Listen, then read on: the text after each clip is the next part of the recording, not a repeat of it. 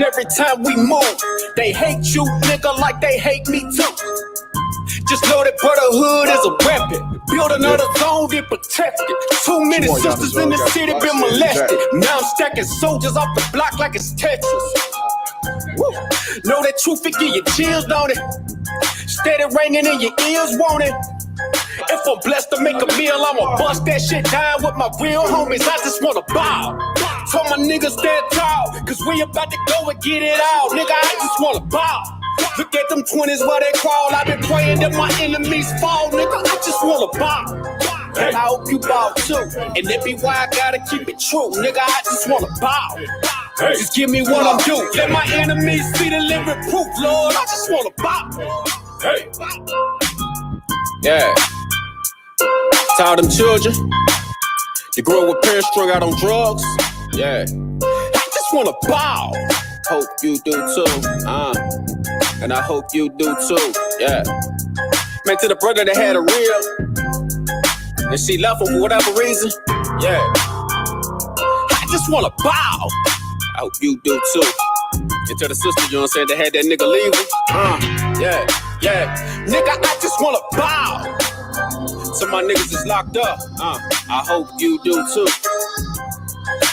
Man, I hope you niggas see the light of day. Yeah, I just wanna bow. Yeah, I just wanna bow.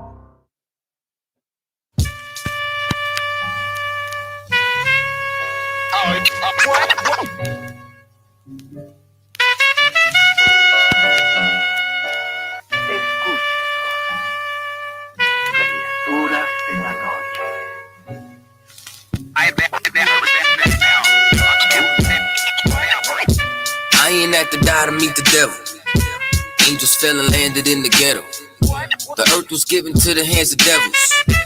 Then we seen the rise of the devil. We fell for the lies of the devil. When we got high was the devil. I looked into the eyes of the devil. I ain't have to die to meet the devil. I remember I was only 13 when I met the demon. Gave me a deuce and a bundle of cocaine. Told me to sell to my people, make sure you keep them fiending. If any try to short you, make sure that you leave them leaking. He said, I'ma hold you down when problems pop up. How you got me moving this dope? Want me in lockup? He said, don't you want Benz vertible with the top cup? Yeah. Stop bitching, get in that kid, let it rock up. Bitches love the dope boy, especially when it's pop up. I know you know Ron. Who the plug from by the block up? I'll tell you a little secret, make sure that you keep your mouth shut. Ron got a Lexus, crib in Philly and Texas. Trip to the Bahamas, just got a whip for his mama. He fucking up in commas, be honest, he seeing decent dope. I hear you, but I just seen Ron about a week ago. In fact, he ain't looking too good, his knees is kinda slow. I asked him why the struggle, he got stuck up for his bundle. But them 6 hollow tips in his legs what made him crumble. At least he got the house and mama is living good. Said the feds took it all, he right back in the hood.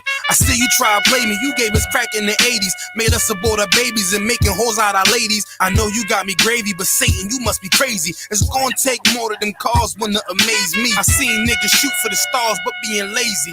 Never get their head at the clouds, so you don't faze me. I guarantee that you gon' regret it, remember I said it. Nah, you could dead it. What you saying, I can't win? Nah, devil, nice try, so until we meet again. I ain't have to die to meet the devil. Angels fell and landed in the ghetto. The earth was given to the hands of devils. Then we seen the rise of the devil. We fell for the lies of the devil. When we got high was the devil.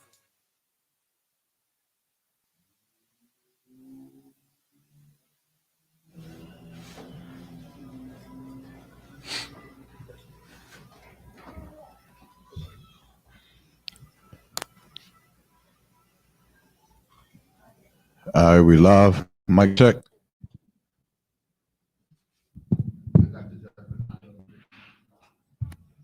Hey, do me a favor, right? Let's lift these lights up. Let's lift them up so I can see over here. You can leave this one down on this side. Yeah, we can leave that one down.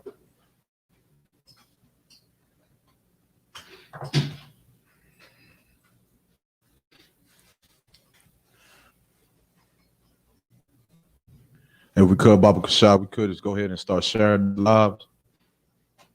Share it on Facebook, YouTube, Twitter, whatever. Share it on all platforms. Anybody online got questions, go ahead and start getting questions ready. Anybody in the room got questions? Go ahead and get your questions ready.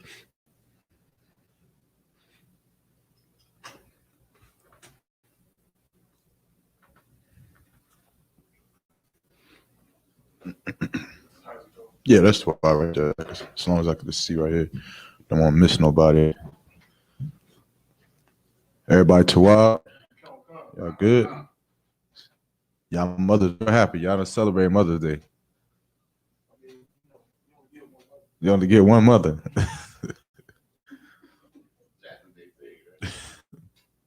I got 100 mothers.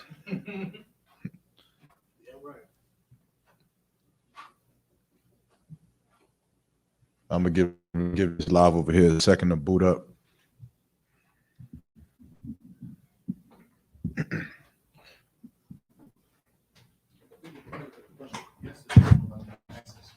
You said what? What was you remember? I'm trying to get to live. Okay.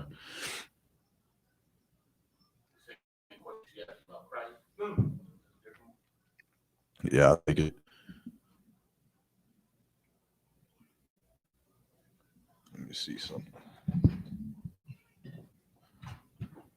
All right. For everybody joining the chat, shalom. Yahba Shema Shabrakatah. Yahweh Shema Latah Shema Shah.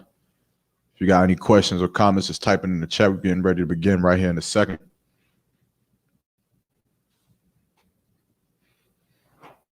It changes the way this Facebook Live look, man. This is real technical. Oh, there we go. All right, let's clap it up. Let's go ahead and begin. We're going to get started. We at the ISUPK. It's the Israelite School of Universal and Practical Knowledge. Started out of 1 West 125th Street, Harlem, New York, under Commander General Yohana. Understand today's topic, of course, is Tuesday, the Brotherhood class, where you learn. You understand what you can learn from no place other than the ISUPK, which is how to preserve the nation of Israel. You understand? You want your children to stop dying in the streets and the ghettos of America, then this is the class that you need to be in. That's right. You understand? Not the Christian church. You want your brothers, your family members, your fathers and your mothers to stop being hooked on drug and having problems with drug addiction. You understand? And homelessness and gang violence and black on black crime. Then this is the class Blacks, Hispanics, Native American Indians need to get into, man, under Commander General Yohana, man, so that we can learn how to fix the plagues that have you understand surrounded us and just devour us for 400 years here in America, right? Do we got any questions in the room before we begin? All right, let me get that one.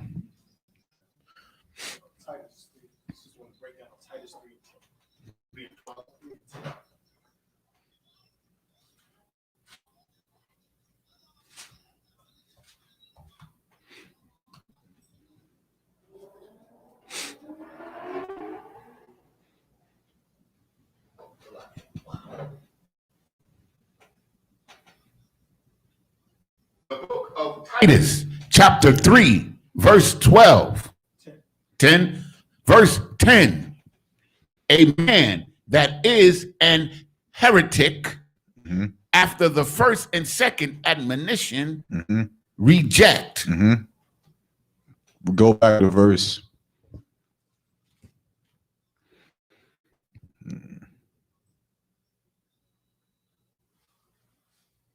go to verse 8. The book of Titus, chapter 3, verse 8.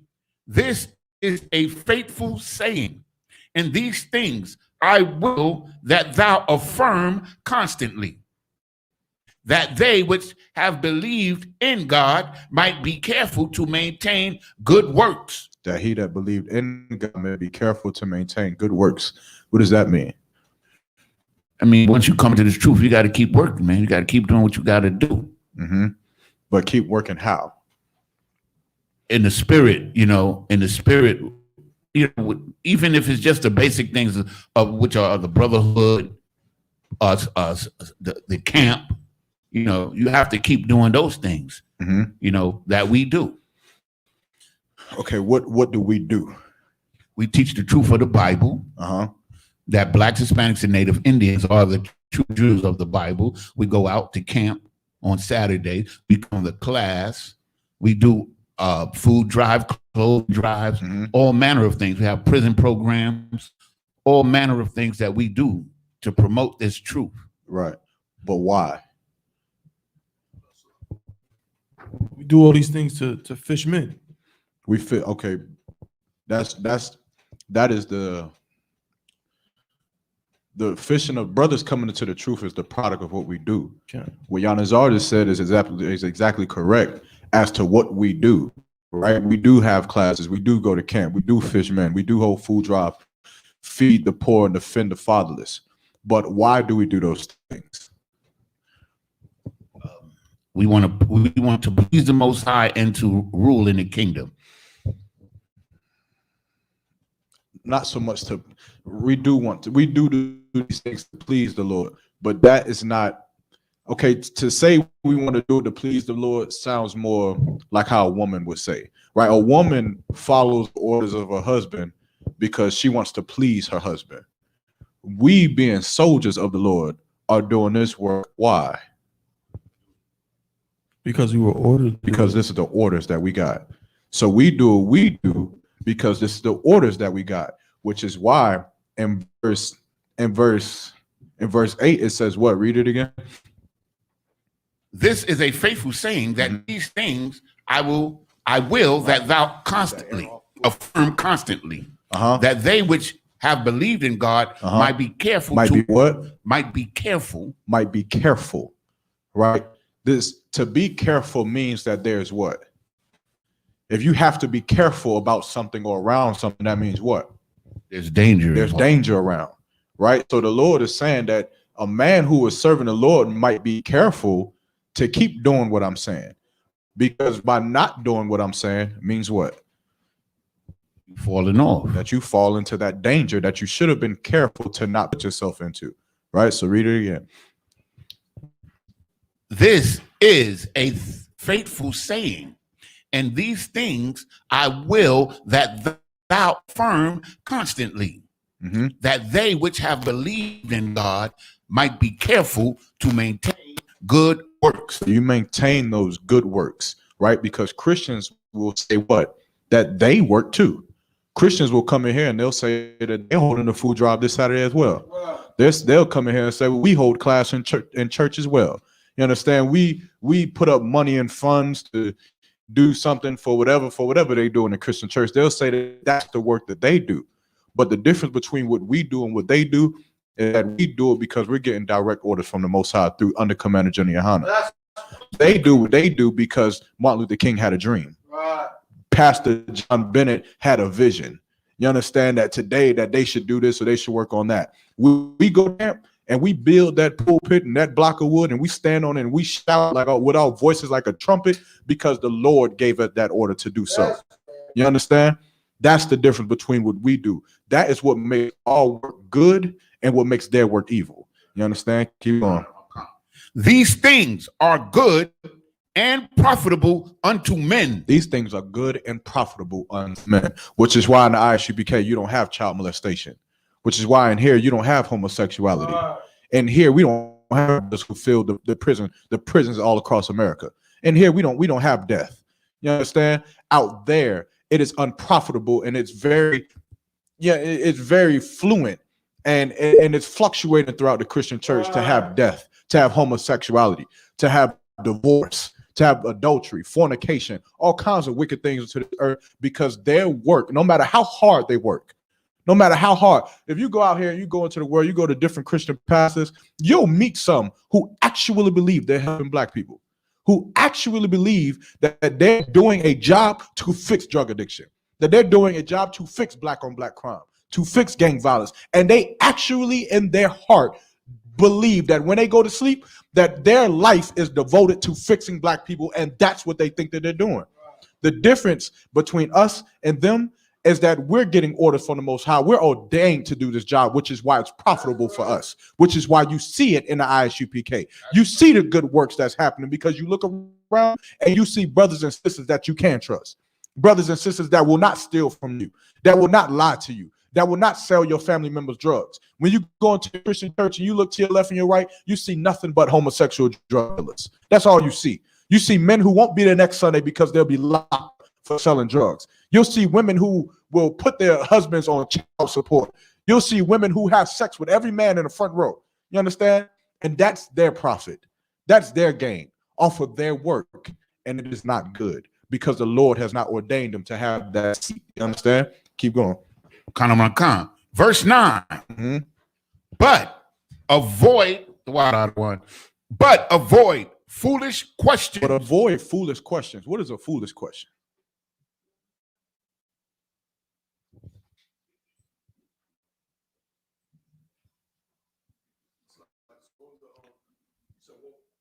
Read that again. But avoid foolish questions. What is a foolish question?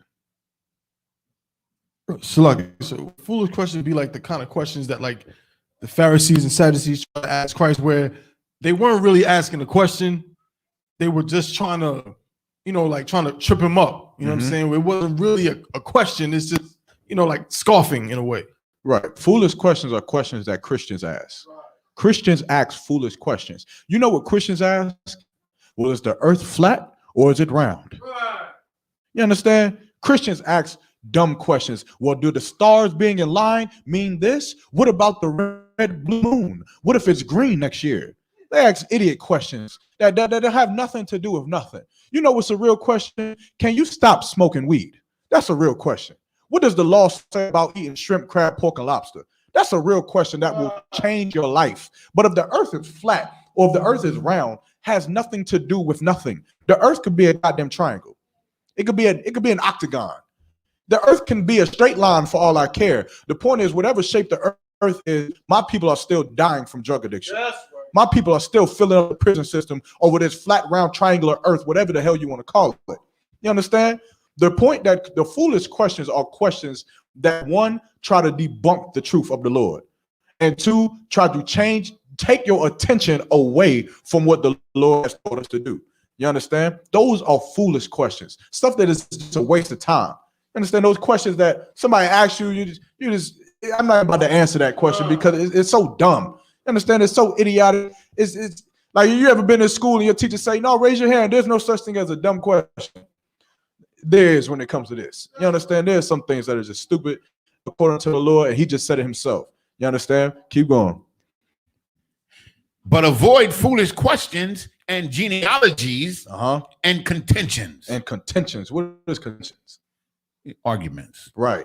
Avoid those foolish arguments. Avoid the argument of is the earth flat or if it's round. Who the hell gives a damn? Who the hell cares? You understand? Avoid that. Avoid the argument of what's the one people love to bring up? What's the sister's name? Ruth. Was Ruth a Moabite or was she an Israelite? Who the hell cares? The Bible says that you can't sleep with heathens. So why are you trying to have this contentious argument to try to save your lying, disgusting, vile attraction ass so that you can go sleep with Asian women when that's really what you want? You really are praying at night that Ruth is a goddamn Moabite so that you can go sleep with the Asian woman next door. When the Lord said that we should not give our sons to their daughters, nor take their daughters to our sons, period. That's it. You understand? Avoid those idiotic questions, those idiotic debates that have nothing to do with black people being on drugs. It has nothing to do with black people celebrating Christmas and Halloween and Thanksgiving, which is the celebration of the slaughter of Native American Indians. It has nothing to do with black people celebrating Mother's Day, even though every single day of the year they hate their goddamn mother. You understand? It has nothing to do with the preservation of the nation of Israel, the regeneration of the nation of Israel, the rebuilding of our nation so that we can rule over this earth. It has nothing to do with it. It has everything to do with them wanting to be disgusting and them wanting to not be disgusting alone. So they'll ask you questions. They'll say, well, why do you got tattoos if getting tattoos is unlawful? Well, did you ever smoke weed in your life? Why are you telling me not to smoke weed? Well, have you ever done it before? I ask you idiotic questions. An idiot question should be ignored. It's a waste of time. You understand? Which is what Christians do, is waste a lot of time. You understand? They've had cathedrals and Christian churches and leaders and pastors and delegates and bishops for 400 years in America. And where have we gotten? In a worse condition. Why? Because Christianity is a big waste of time. That's all it is. It hasn't done a goddamn thing for us. You understand? Tabawan, what you got? You sure? No sweat. Salaki. Keep going. Read that again from the top. But avoid foolish questions and genealogies and contentions and striving about the law. Salaki, what is genealogies? Who's who? Right. Who? How do you know he's Esau? Right. You know, so line of descent, right? Trace from your ancestry, right? Those questions. How do you know this? How do you know that Tabawan is not a white man by blood? Well, because when I start blazing on our oppressor, Tabawan says, damn right. There's no goddamn way that this brother is him. You understand? Now, Bob Marley, on the other hand, and that's a different story. Why? I thought Bob Marley's whole movement was to love everybody. That sounds familiar, doesn't it? You understand? So avoid those questions of genealogies and who is who and who is this. Man, I'll tell you who I am. I'm from the tribe of Judah. Now, who are you? You understand? And who do you side with?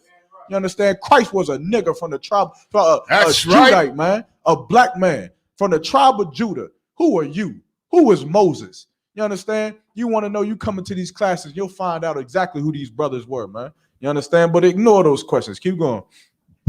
And striving about the law, for they are unprofitable and vain. For they are unprofitable and vain, meaning it's not going to do you no good to listen to them.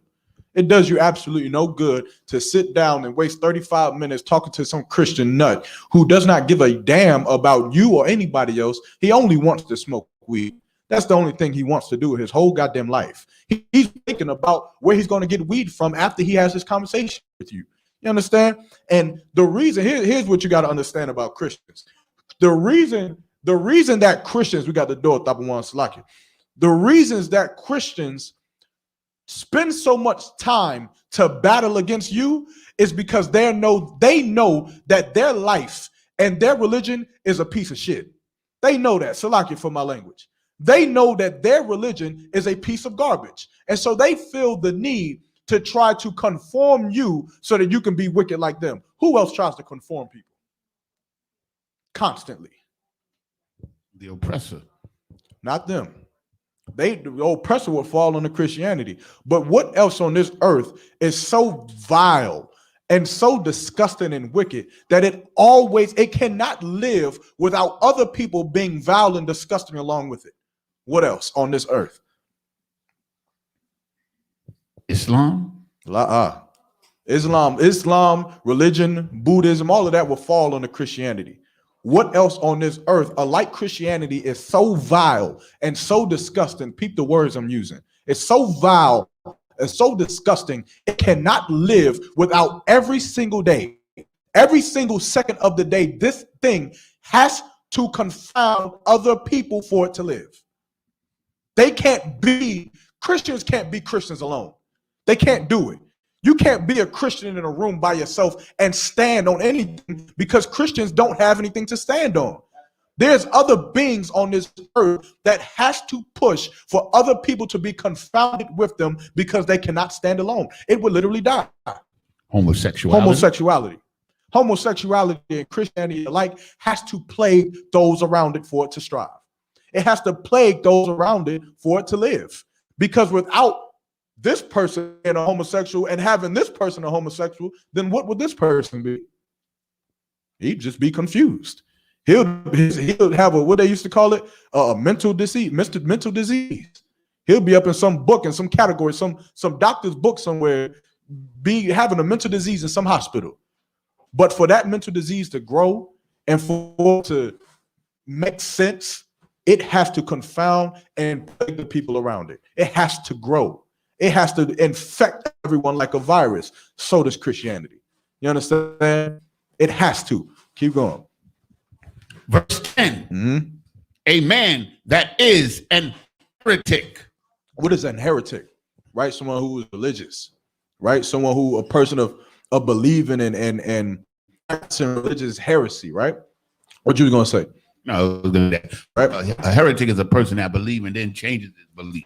Right. Keep going. He does a different type of a version of what he first learned. Right. Like who? Christians. Or I wouldn't say fake Christians, Israelite groups. fake Israelites, right? Right, okay. So you want to stay away from Christians. You want to stay away from homosexuals, but you also want to stay away from fake Israelites. You want to stay away from those men who were taught one thing, but they changed what they believed. You understand?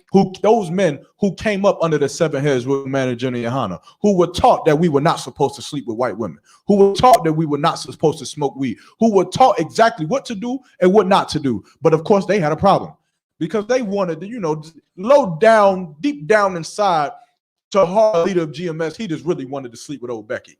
He really just wanted to just do it. He wanted to live how he wanted to live and do what he wanted to do. He really just wanted to molest little children deep down inside.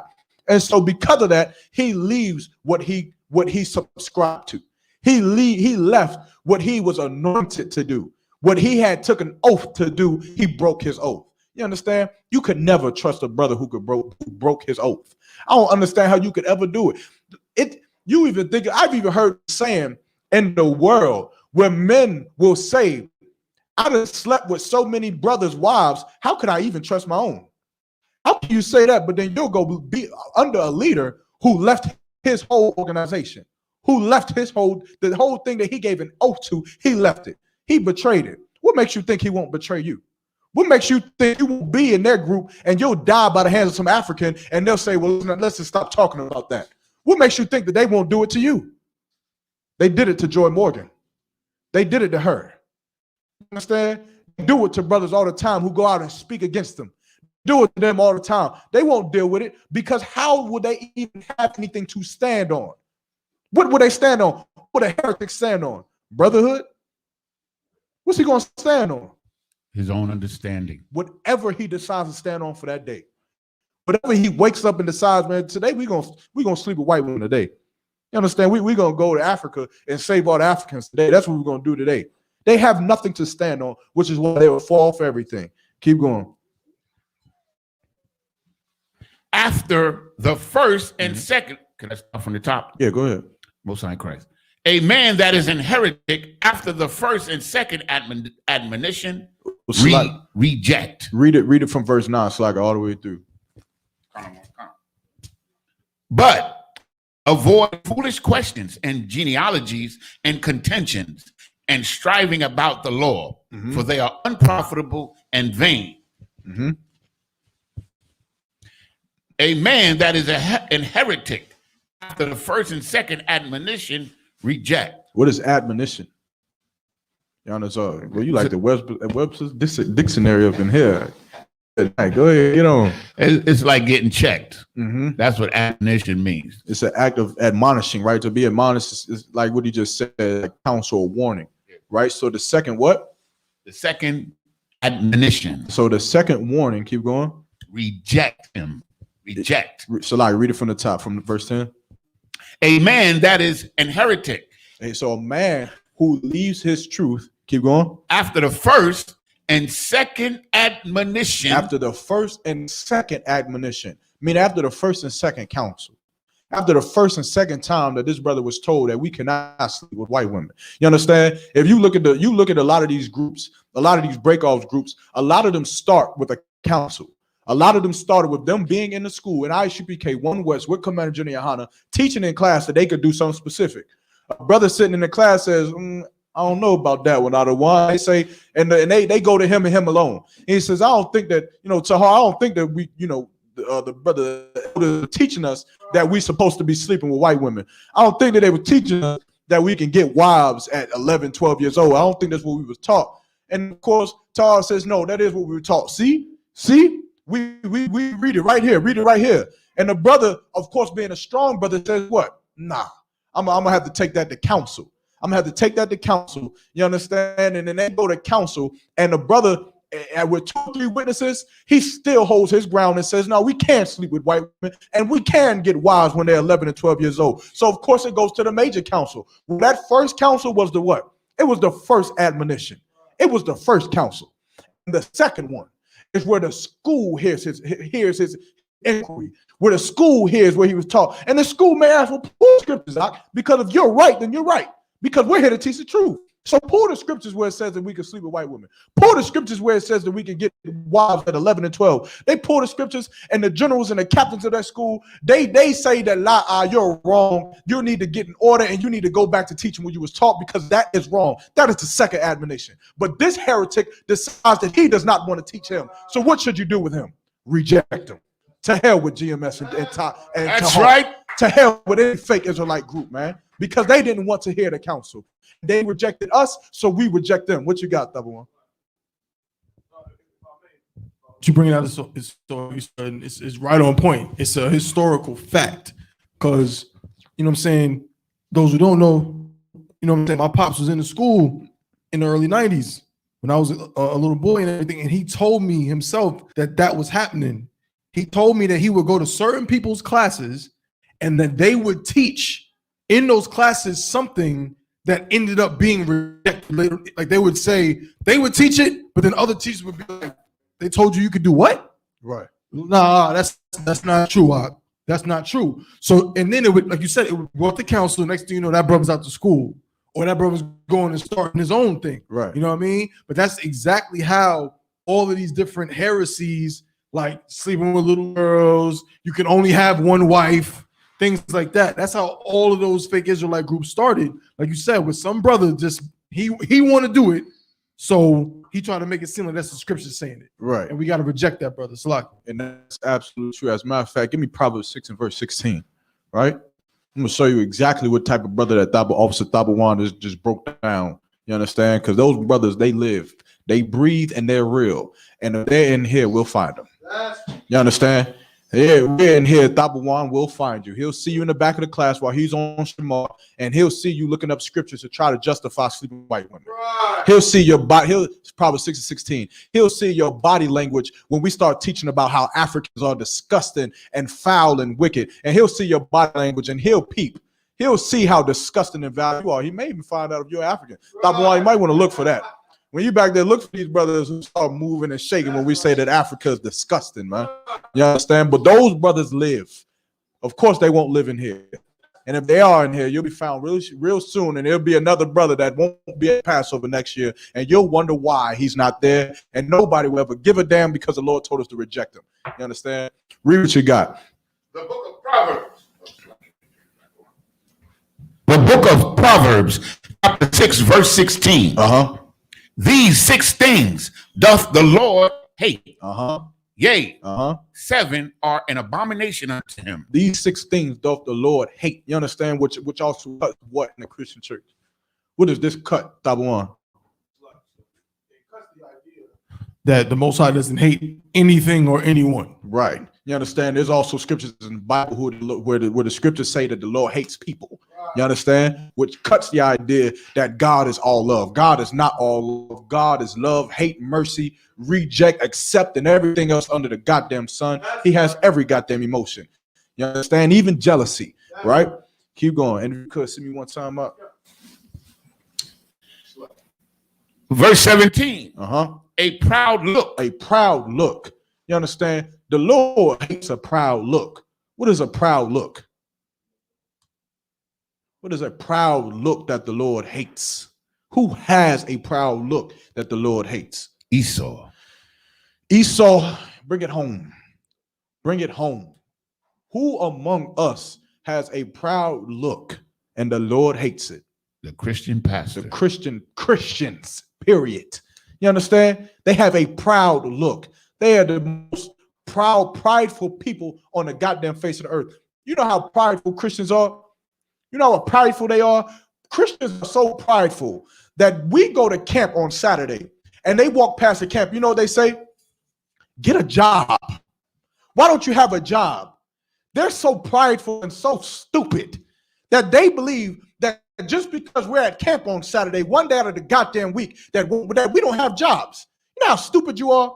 You know how much of a prideful bastard you have to be to say something as idiotic as that, as astronomical as that, to get a job? As if your silly ass ain't gonna be in church on Sunday. Right. As if you're gonna be in a goddamn class the very next day. Right. Why don't we go to the Christian church while they're having service and scream in the church with a bullhorn and say, get a job. Get a job. Don't you have extra hours you can pull? Don't you got overtime that you could be working on getting?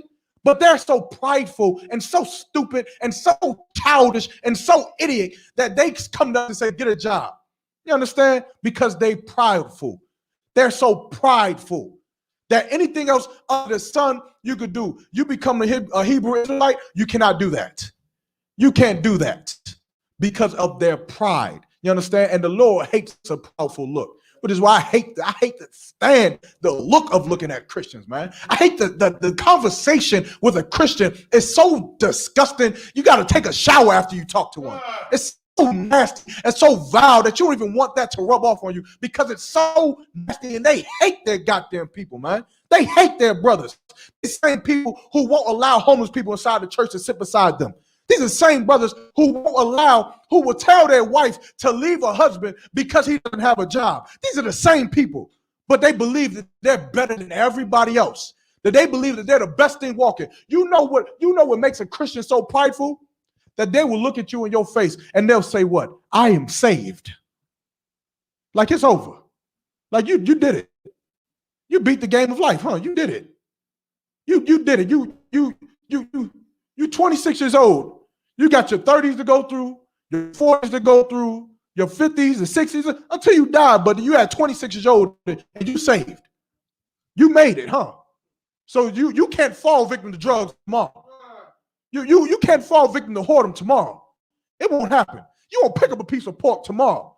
You won't go murder tomorrow and the Lord judge you for that. You're saved, huh? So you can do anything that you want to do.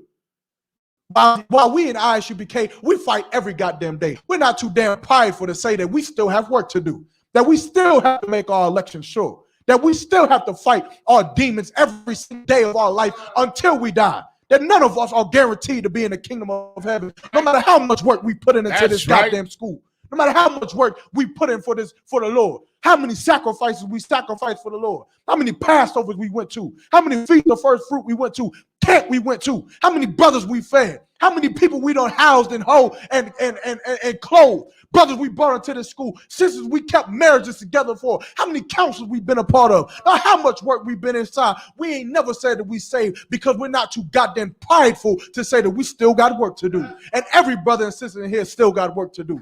You understand? But Christians are prideful. Christians are prideful and they are little children. They're idiots, man. Idiots, man. Which is why the Lord hates it. The Lord hates a proud look. Keep going. And hands that shed innocent blood. Go back to after the proud look. What else does the Lord hate? A lying salakia, a lying tongue. The Lord also hates a lying tongue. He hates that brother who teaches those men on the side that you can sleep with white women. He hates that brother who goes behind Commander General Yohana's back and teach brothers that it's okay to smoke weed. He hates that brother who goes behind the school back, General Mahayim and the general's back and teach brothers that it's okay to eat edibles, that it's okay to pop pills with THC in it, that it's okay to get drugged up and high and be a goddamn alcoholic, that it's okay to leave your wife, that it's okay to put your hands on your woman and leave her because she won't follow a goddamn order. He hates that lying tongue. You understand? And when you want to find lies, where do you go? You go to the Christian church. That is the house of lies. You understand? It is the house of lies where everything they tell you is a lie just to make you feel good. Just so that they can make money, so you can pour your money to the Christian church, and the Lord hates it. You understand? He says what? He hates what? A lying tongue. A lying tongue. Keep going. And hands that shed innocent blood. The Lord also has hands that shed innocent blood. He hates what our oppressor does to blacks, Hispanics, Native American Indians. He hates how we sell drugs to our own people. He hates how we prostitute our own women. He hates how we sleep with women and leave them randomly. He hates it, man, because we shed the blood of the innocent, man. Keep going. Verse 18. And heart that deviseth wicked imaginations. What is a heart that devises wicked imaginations? It's a person, if I may, sir, a person that thinks of or considers doing wickedness aforetime, you know, who considers doing wickedness and then carries it out. Wicked imaginations, right? Imagination. Think about the imaginations part. Oh, they imagine doing evil to others.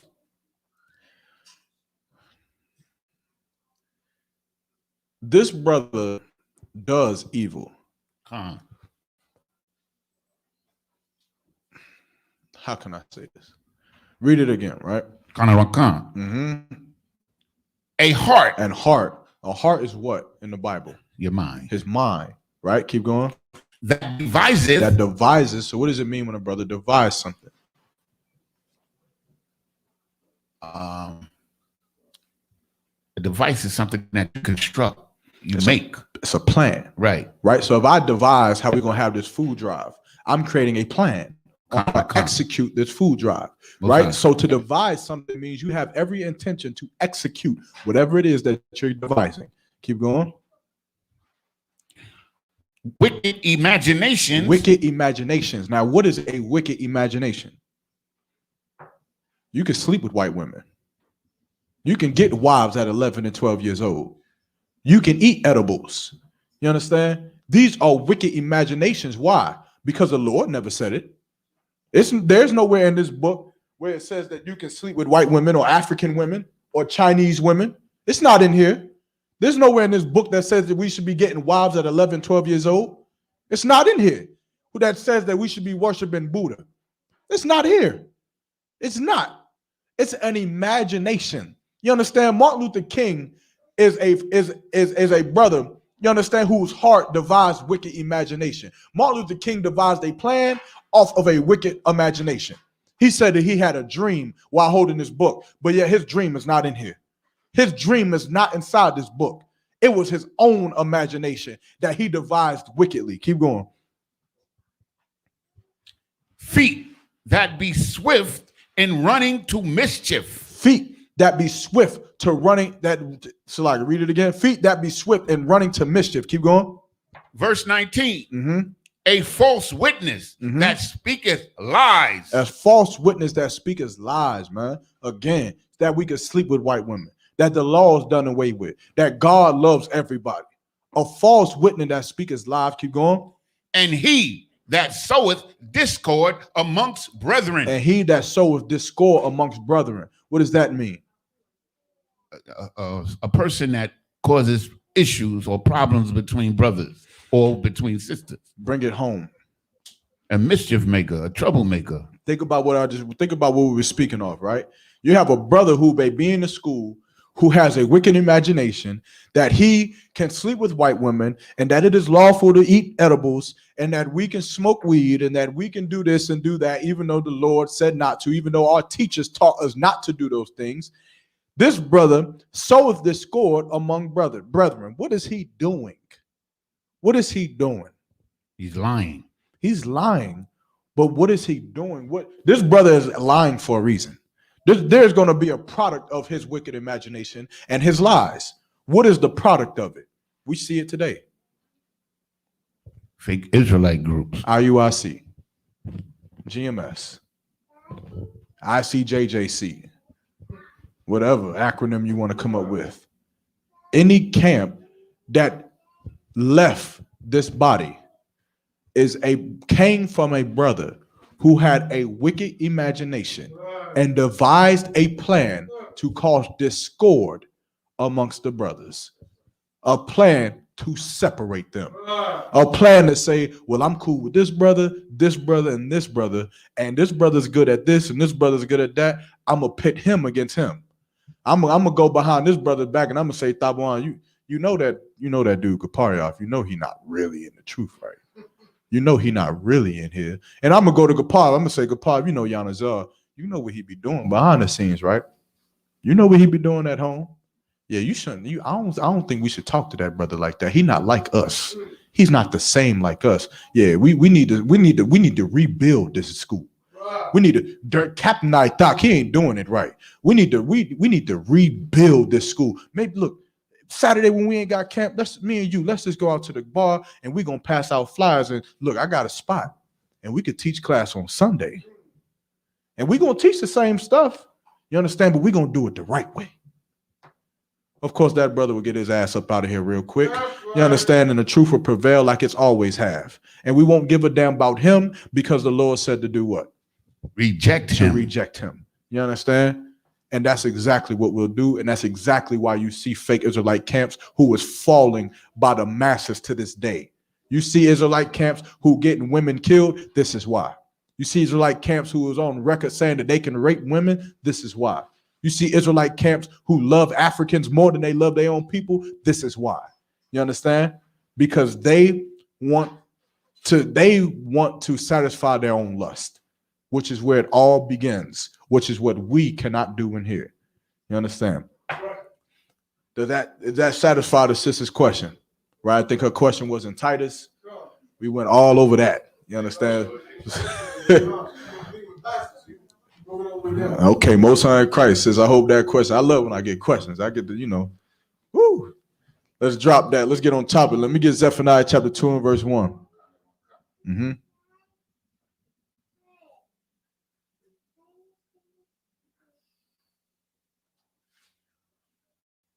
Oh, Salakia. Go back to Proverbs. I forgot one thing, and I'm gonna get off it.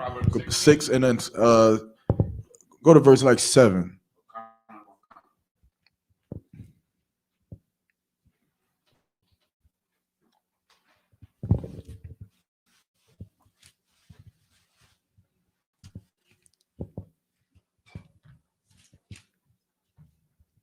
The book of Proverbs, chapter 6, verse 7, which have no guide, overseer, or ruler. Nah, so like go down to like verse 11. Verse 11. So shall thy poverty come as one that traveleth or travaileth, and thy want as an armed man. Keep going. A naughty person. A naughty person, right? What does it mean to be naughty?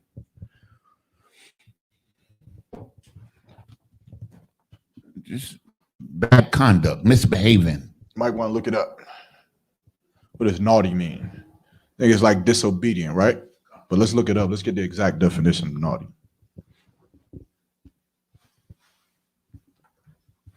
Brother online said we got a link one day. I want to learn more about Hebrew Israelite brothers. Yeah, no sweat. We got classes here, 2534 South Roxborough Street. You understand? Durham, North Carolina, from every Monday through Friday from 7 to 9 p.m. You understand? You can get those classes, or you can just keep watching online. If you got any questions, ask your question. Oh, you got it? What's the definition? Disobedient, badly behaved. Right. So disobedient, right? So a disobedient person, right? Read it again. Verse 12, Salakia. Verse.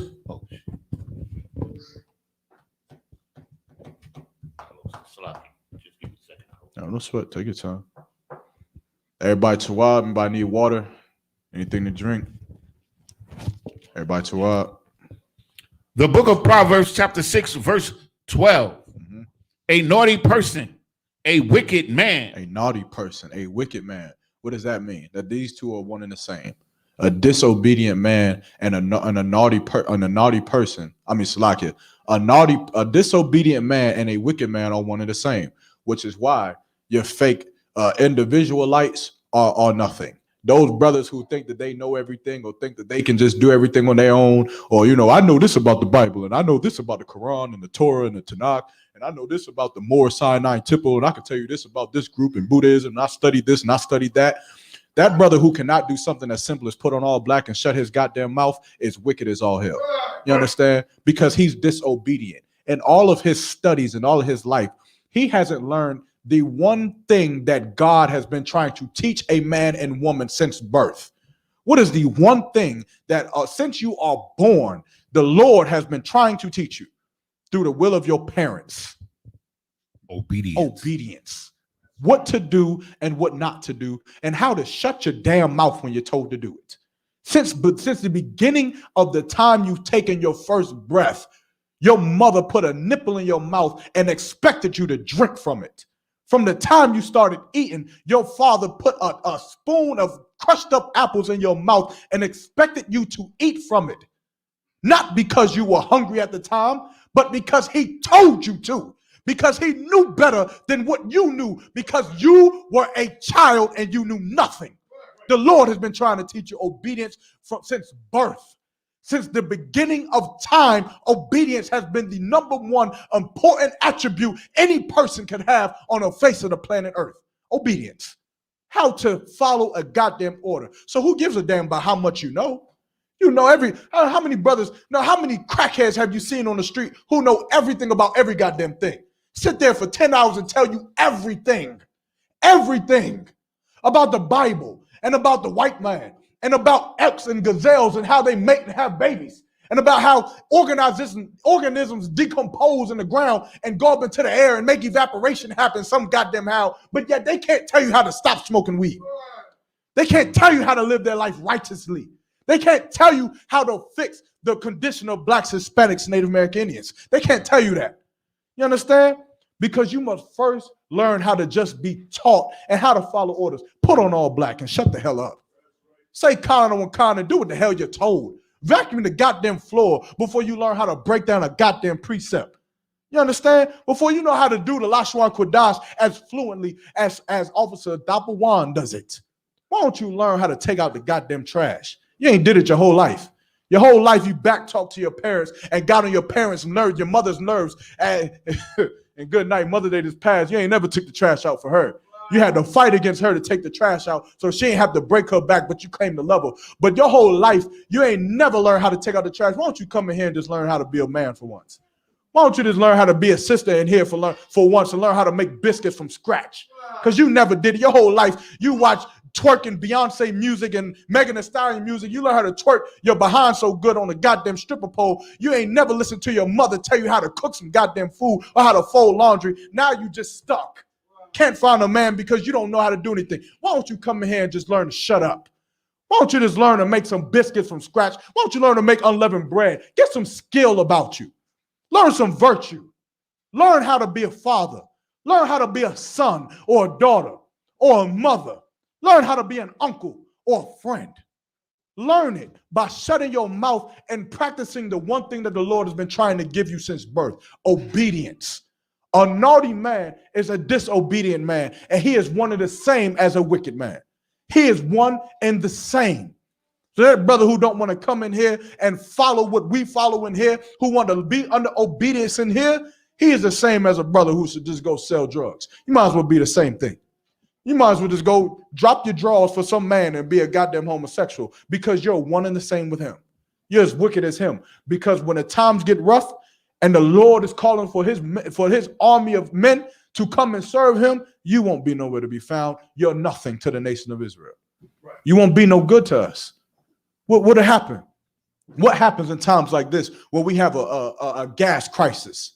What good is that nigga on the block? What good is he? Who you gonna call on your uncle?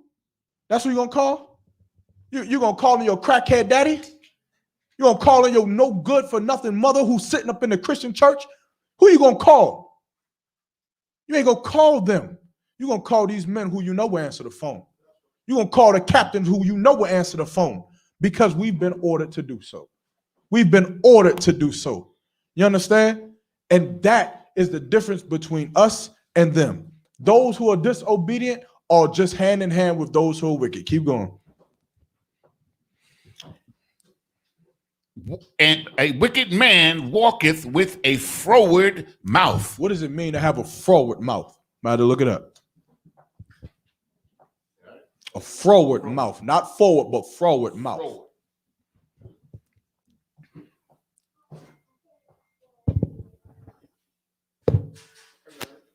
What you got?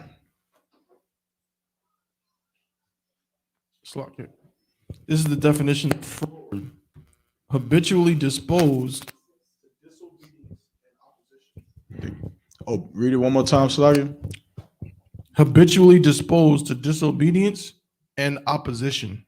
Habitually disposed to disobedience and opposition. A disobedient mouth. Right. You understand? Everything that he says goes against the truth. Everything he says goes against God. He walks around and he says that, we can have wives at 11, 12 years old. He walks around, he says, well, we probably can't smoke weed, but it's okay if we eat edibles. Well, I'm going to have my wife, cook up some of them edibles. Why don't you come over and we can go to class, we can watch class online, and we can just eat edibles and drink and have a good time. A forward mouth. You understand? Keep going. That's the end of that verse. I don't know. Verse 13. Mm-hmm. He winketh with his eyes. He winketh with his eye. What does that mean? What does it mean when a man winketh with his eye? He's up to mischief. He is lying. You understand? A brother who says, yeah, I'm going to pay you back. And he winketh with his eye because he's not. He's not going to pay you back. Yeah, I'm gonna pick up your car from the airport. He's not. You understand? I know you can't see my eyes right now, but just imagine me doing a hard wink. You understand? He's lying to you. Keep going. He speaketh with his feet. He speaketh with his feet. Meaning what? How does a man speak with his feet? He's running back and forth. Simple. Where he is. He walks with a forward mouth. Meaning what he says is a goddamn lie. But he speaketh with his feet. Go ahead. Your mic. He walk a lot. He speaketh with his feet. How does a man speak with his feet? Meaning what a man goes to do is who he is. A man says, I'm going to pay you back, Dabo. I'm going to pay you back next week. But what I go to do, which is to not pay him back, is who I am. I'm not speaking with my tongue. I'm not telling him I'm going to pay him back and then I do it. I'm telling him a lie and then I go do something else. I tell him, yeah, I got your back. But Dabawan's getting jumped in the club. You understand, which of course will never happen. Right. But for this analogy, for this example, Dabawan's getting jumped in the club. Now I told him before we went in the club, I got your back. He's getting jumped and my feet go this way. Right. This is my actions. You understand? You'll see a lot about a man by not listening so much to what he says, but watching what he does. Right. Because you'll find a lot of people who says, I'm down with that. Right. I'm down with the truth, man. I went to the Passover. I'm with this now. I think I'm coming in. I think I'm going to go through Hebrew Academy. I think I'm going to do this. I'm going to put on all black. I'm going to stop doing this and I'm going to stop doing that. No. No sweat. All right, brother. 9 out of 10, you don't see them for another 3 months. After 3 months, they're gone. Right. After 3 months, it becomes too hard. They say, I put on all black. I didn't know it becomes this. I didn't know it took this long. I thought I just put on all black and I just became Junior Hunter. I thought I put on all black and I just became Captain Zara. I mean, I got to check in now. I got to check in. Okay, when do we check in? On Wednesdays. Okay, I'll check in on Wednesday. Next Wednesday comes. Slack, you didn't check in. What's going on? Well, I checked in last Wednesday. No, you got to check in every Wednesday until you die. Right. Every Wednesday till I die to check in. I got to go to camp every Saturday until I die. I got to go to class every day until I die. I don't know about that. You'll see a lot about a man by what he does. And then you look to your left and your right and you'll see the brother who's sitting beside you. And you'll know a lot about that man because of what they're doing. You understand, Tabawan? What you got? It's a heavy point because it's the scripture, like you said, it really drives home the point that a person can say anything. Mm-hmm. You know what I'm saying? They can say whatever the hell they want, but what are they doing? Where are they going?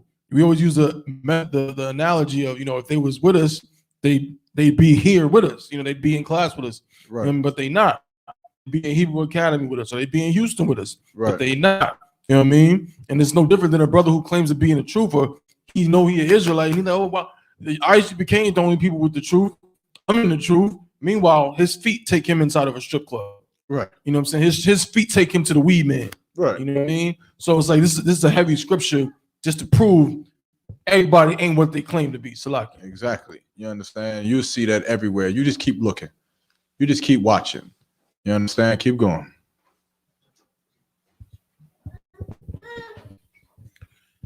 He teacheth with his fingers. He teaches with his fingers. what he moves to make happen, what he does. You understand? He teaches with his fingers. Keep going. Verse 14. Mm-hmm. Frowardness is in his heart. Frowardness is in his heart. This is what's in his mind. Lies and deceits. You understand? He goes in the back of the room and the shadows of the school, and he teaches lies. He tries to confound the minds of young children. He tries to confine the minds of new brothers, of new sisters. You understand? He goes to the two sisters in the school. He says, well, I can have both of y'all. You understand? It's not unlawful to have two sisters, as long as we do the ceremonial ritual before we do it. And that's in Jacobite 3 and verse 16. I'm gonna pull that in class next week. But what y'all doing tonight? It's not unlawful for us to have a threesome because both my wives, that as long as y'all don't touch each other, then that's where it's unlawful. But as long as y'all not touching each other, then it's okay for us to do it at the same time. Frowardness is in his heart. Tabawan, what you got? The definition is like contrary. Right. Like you said, everything that is in here, Mm-hmm. you do the opposite. Right. You understand? Which is what Christians do. Frowardness is in the minds and the hearts of Christians. Christians don't give a damn about what's in the book. They don't care. You understand? Like this is how you know Christians don't care about God. Because Christians claim that the number one man to walk the face of the earth is Jesus Christ. Do they not? They also claim that they love God with all their heart and their mind and their soul. Do they not? Christians will debate more about Michael Jordan being better than Magic Johnson before they debate about God, before they come and sit in the class to find out about who God really is. They won't do it. They won't do it. You go to a Christian and say, God doesn't love everybody. They'll say that's just foolishness, and they'll go on about their business. But if you say Magic Johnson was better than Michael Jordan, they'll fight you to the end. They'll fight you to the end. But when it comes to learning about God, when it comes to dwelling into I don't care who it is. There could be a Moor that comes outside this class tonight after class, and he says, well, I bet you didn't know this about God. You know what I'm going to do?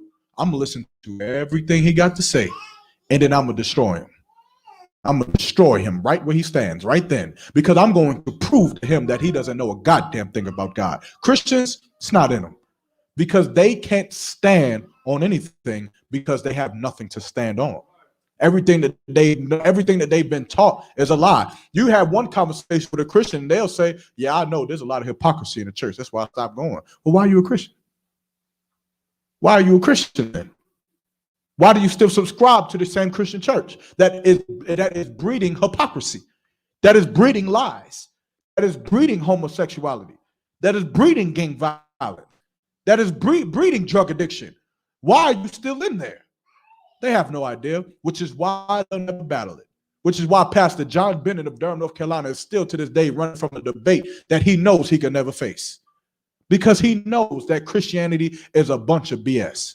It's a bunch of lies and deceitful, wicked, vile creation of a thing called religion, man. You understand? But this forwardness is in the hearts and minds of Christians. Keep going. He devises mischief continually. He continually devises mischief. Keep going. He soweth discord. He sows division. You understand? Keep going. Therefore shall his calamity come suddenly. Suddenly shall he be broken without remedy. Break that down. All of his deeds, if I may, sir. Go ahead. Hold on 1 second. Let me go back live on this.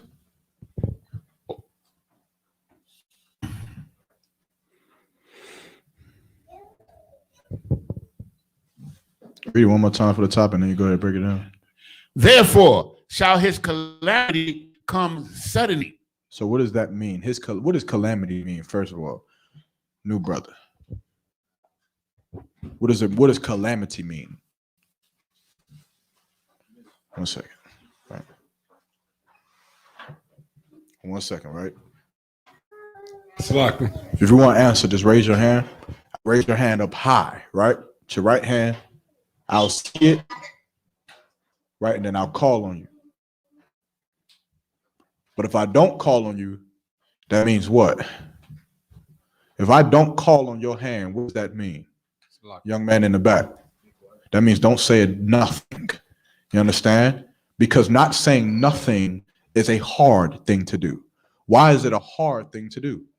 Because that practice, by not saying nothing, you practice what? Obedience. You practice discipline by not saying nothing. In here, we are men. We in the ISUPK, which is why we can never be broken by anybody. Which is why the Christian church hates us.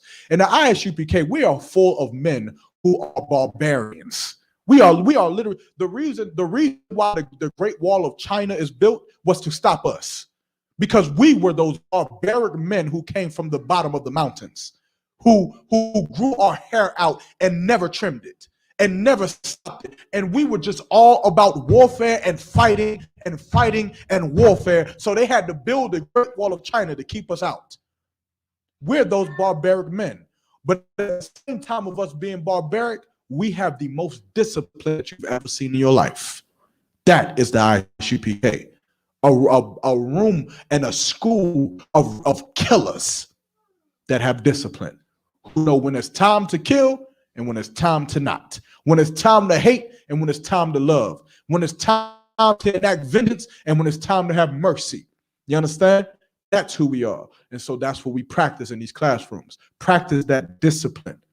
You understand? What you got? What's the definition? Calamity. Salak. Mm-hmm. An event causing great and often sudden damage. It's an event that causes great damage. It's destruction. You understand? Destruction is going to come upon this man. Read what you got again. Verse 15, if I'm not mistaken. Oh, Salak. Verse 15. Therefore shall his calamity come suddenly. His calamity, his great destruction is going to come suddenly. He'll be in here all day. That brother will be in here teaching that we can smoke weed, that we can eat edibles, that we can sleep with white women, that it's okay to celebrate Mother's Day, that it's okay to celebrate Father's Day and your birthday. And guess what? Commander General Mahaim is going to see it. General Mahaim is going to see it. You understand? Gapariev is going to see it. Gapariev is going to walk into the class and he's going to hear the brother teaching about something, and he's going to see brothers whose body language says that they're not agreeing with it. And Gapariev going to say something about it. Gapariev going to go to you. He's going to say, brother, I know you. The teacher was saying something about sleeping with white women and it seemed like you had a problem with it. Are you okay with that? And the brother may say, well, I don't know, man. I don't know. I read this scripture right here that says that, God loves everybody, and I think that we're supposed to be able to sleep with white women. And of course, if Gapariev will take it to counsel, of course, that wicked bastard will be up out of here, man. You understand? Because Gapariev will never allow that thing to happen in here. Obviously, Yanazar will never allow that thing to happen in here. These young men in here will be raised up to be troopers and officers in here that will never allow that thing to happen. Why? Because the scripture says this: a little leaven lightens the whole loaf. You have a little bit of wickedness in this room. You have a little bit of wickedness in this school, and it makes all of us nothing. It makes all of us just disgusting by having just a little bit. Having one homosexual in here destroys all of us, so we can't have it. You understand? Keep going. Suddenly shall he be broken without remedy. He'll be broken to the point of no return. There'll be no remedy to fix what the Lord is going to do to you. You understand? You devise wickedness. You go and you teach that we can sleep with white women, sleep with African women. You go and you teach that we can eat edibles on the side, just a little bit at a time, and that we can do this and do that. That man, General Yohanan never taught us. Well, your calamity will come quick, and it won't be no remedy. You understand? It won't be no remedy for it at all. You understand? But drop that. Zephaniah chapter 2 and verse 1. I hope that answered that sister's question. I know I rambled on it a lot, but that's a heavy topic, man. We definitely have a lot of that, you understand, that goes on in this world. Most High in Christ. You understand? That has to be sought out. Read what you got. Zephaniah chapter 2 and verse 1. The book of Zephaniah chapter 2 verse 1. Gather yourselves together. Yea, gather together, O nation not desired. There was once a time where blacks, Hispanics, and Native American Indians were separated, right? You had the northern kingdom, what would be your Latinos, your Hispanics, your Sentinelian Indians, your Native American Indians, who were once separated from us. They were separated. Why? Why did we separate the Southern Kingdom from the Northern Kingdom? Somebody else. Somebody want to take a shot. Why did the Northern and Southern Kingdom separate from each other?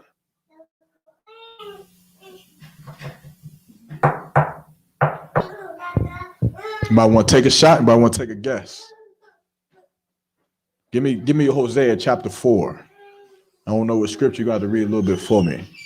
I think it says something like it talks about you know what I mean. I'm gonna just get it one second. I know it's Hosea chapter 4. Is it verse 6?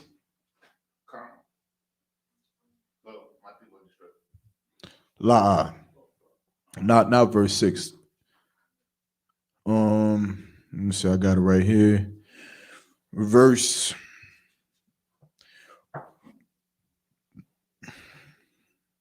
Really, you could read this whole chapter, but we're gonna start at verse 15 for sure. Why was the northern and southern kingdom separated? Verse 15. The book of Hosea. Well, hold on one second. Right, hold on. I don't want that one. I'm gonna stay on that chapter, but I want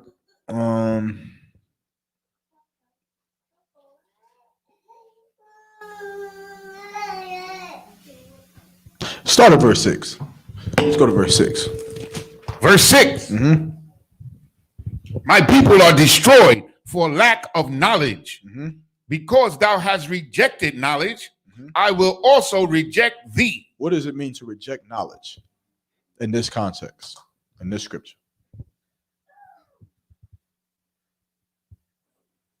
What does it mean? Young man in the back. Everybody Tawab, everybody want something to drink? Y'all Tawab, y'all can get busy, right? Let's make sure if anybody want anything to drink, we got cups. Y'all get busy on some of this up here. If y'all need water bottles, is also in the back. Go ahead, what you got? They didn't want to know the truth or care to find out. Yeah, right? Give them a hand. They reject knowledge, meaning they knew that what they were doing was wrong, but they did not have the mental fortitude to be able to come into this school and then put on all black. They didn't have the mental fortitude to be able to sit into these classes, like I just said with Christians. Christians teach whatever they teach in their big cathedrals. But let's say for a second that Christians were correct. Let's say that the Christian pastor at your church, he was right about it all along. We would never know because Christians don't have the fortitude to, I don't want to use the word debate, but I'm using it for lack of a better word, but to debate what the truth actually is. They won't do it. You go to your Christian pastor and ask them to debate or ask them to sit down and talk about what is right and what is wrong. They won't do it. Why won't Christians do it? Why won't your pastor do it? You know, Gapar ain't gonna say no. Look, I'm about to have to create some heresy up in here for Gapar. I'm about to give a order right now. Today is a high holy day. It is the high holy day of Yahweh, the nigga. Take a shot. Otherwise, he ain't gonna do it. But your Christian pastor won't debate it. Your Christian friends won't debate it. As many, like, how many times are you when you have this happens a lot when you first coming into the truth.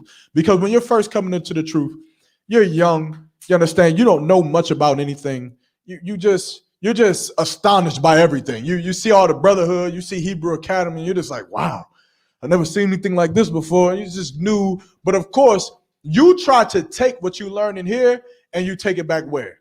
You take it back to the world. You rock your all black, and while you're in the middle of class, you're doing what, Tabawan? You texting your friends in the world. You're like, yeah, man, class in at 9. Something, I'm gonna hit y'all up. I'm gonna meet y'all at the spot at 10 o'clock. All right, no sweat, but we waiting on you. And you go to the spot. You in your all black. Still, you got your boots on, the black pants, black headband, and black shirt. And they like, what you coming from? What you were dressed like this for? And you trying to tell them, like, yo, I'm in Isupk. Y'all should come to class. Y'all should do this. Y'all should do that. They, of course, one never do what? They never come. And for two, always do what? What do they always do? No. Young man in that. turn their back on the truth? No, they never was for the truth, so they can't turn their back on it. They always do what? What do your friends in the world always do? It never fails. Young man in the back. Where's somebody giving the mic? Oh, you got it. Go ahead. Try to get you to stop. Like, go back to what you're doing before. To give it to him right here. Hey, Judge. So, What young man in the back said was closest, right? They try to pull you back to the world. They try to say, man, nah, that ain't God love everybody. Yeah, nah, with you, that's a cult. What you doing, that ain't right. Your family members, they do what? They condemn you for what you do. They condemn you for wearing all black and going to the class and learn that Christ was a nigga, not just black, but he was a nigga just like us. They condemn you for that. You understand? That's what happens whenever you take what you're doing here and you go back. Christians never will come in here. The same mother who will condemn you and say that you're in a cult, they'll never come in here and just, prove us all wrong. They'll never do it. All right, will it ever happen? Their family members will tell you about how wicked and disgusting and whatever you're doing is so wrong and how it's so simple and they just got the scriptures to prove that God loves them, but they'll never just, just come in here and just prove it. They'll never just pull the scripture. Come in here and do it. They'll try it with you. Now, why would they do it with you? Remember, you're young in the truth. Why would they do it with you? Why will they try it with you? It may have to take an older person in the truth to answer this question because you're young in the truth, so you still don't know. They still try it with you for a reason. But why would they try it with you? Why would they tell you that it's a cult? The pastors in my family will never. They'll never in their life think to come to my house with that bullshit. Never. But I've been here for a little bit. I'm not old in the truth or nothing like that. I've been here for a good amount of time. I passed Hebrew Academy. They'll never go to Gapar and try it with him. What you got? I can tell you what happened to me. Go ahead. Personal experience. He said happened like brother, you Go ahead though. Salaka. No sweat. I guess a sister that followed me on Instagram or whatever, she just started posting stuff about the star of David is evil and stuff like that. Mm-hmm. So stuff like that. Sure, okay. Top one, what you got? Hold that point. And the 12 chart not real. Mm-hmm. Calm. No sweat. Hold that point. What you just said. Top one, what was you gonna say? Like I said, I was gonna say that they do that because, first of all, they know that they don't know a goddamn thing. True. And so it's like, if I want to say something that I believe, right? Mm-hmm. I'm gonna say it to somebody else who I'm confident can't refute me. They can't say anything against because they don't know enough. Mm-hmm. But I'm not gonna go to somebody who's a formidable opponent. I'm not gonna go to somebody who I know, like, okay, listen, this person really knows what they're talking about. I may not agree with it, but they know what they're talking about. If I talk to them, I'm gonna have to battle them on this. Right. You know what I mean? So they'd rather just deal with somebody who, in their mind, don't know enough to battle. Right. Just like, and that's correct, but I'm gonna add to that. Just like homosexuality. Homosexuality, like I said before, cannot grow without it plaguing the minds of others. Do they plague the man that they think is strong? Your Christian parents come to you with that BS because they see weakness in you. You understand? If you ever thought, why won't my mom just stop trying to get me to celebrate Christmas? It's because you a bitch. That's why. I'm telling it to you straight. If you ever wonder, why won't my friends stop asking me if I'm gonna smoke this blunt? This is the 20th time I've been here and I haven't smoked with them. And they keep asking me, you gonna hit it this time? It's because they see a bitch in you. They see a bitch. They see a fucking faggot inside of you. And they think that you're gonna be a faggot like they are. And they're fighting for you to just embrace it. like homosexuals do. They say, embrace your femininity. Salakia for my language. Salakia. They say, embrace it. Just smoke this blunt with us and be weak like we're weak. Eat this with us and be weak like we're weak. Celebrate this with us and be weak like we're weak, because they see them inside of you. They don't see that in Thabawan, so they don't try it. They don't go to the club and see Thabawan and say, you got that gas? They don't ask that. Do they ever ask you that? Do they ever ask you if you got weed for sale? I rock. Never. Because they don't see that pussy in him. They don't see it in him, but they see it in you, which is why you're in here, which is why you wear all black, so that you can get all of the bitch up out of you, so that you can get all of that thing that the world sees in you up out of you, so that they'll never try it again. That's right. You understand? That is the importance of the obedience and the discipline that comes with inside of this school. That is why it's so important that you practice that. That's why it's so important that you're here. But those Christians, they won't try it with a formidable opponent. They won't try it with a man who stands with the Lord. They'll never do it, which is why they never come here. They'll try it with you. They'll try it with you. They won't try it with the man who passes all of his tests. They won't try it with them brothers who's walking around hardcore with them Hebrew Academy jackets, covers that say Men of War on it. They'll never try it with a goddamn barbarian like that. But they'll try it with you. But you ain't been through it yet.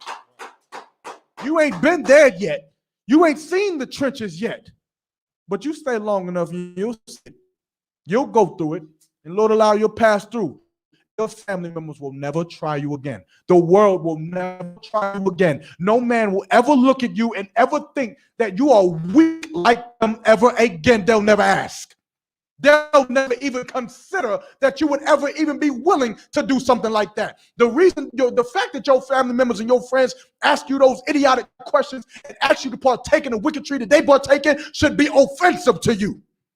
It should be offensive. The same way you think you're a man now. You think that just because I walk around, I lived till I was 20-something years old, I'm a man, I'm black, I got a gun, I know how to fight. You think that you're a goddamn man when you are goddamn nothing. You're a child.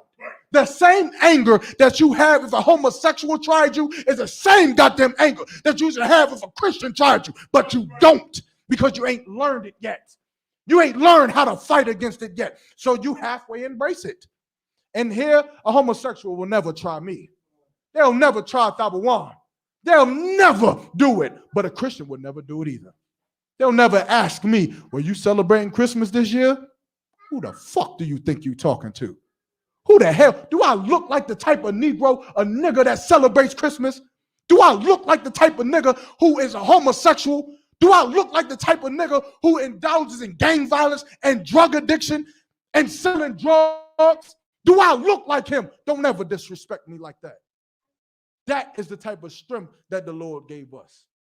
That is what the Lord is telling us not to be, to refute those who indulge in wickedness, to refute those who are heretics, who take what they learn, but yet they go and smoke anyway, who take what they learn, but they go and love Africans and white people any goddamn way, who take what they learn, but they go sell drugs anyway. To refute them, to reject them, to hell with them. You understand? But us in here cannot do that.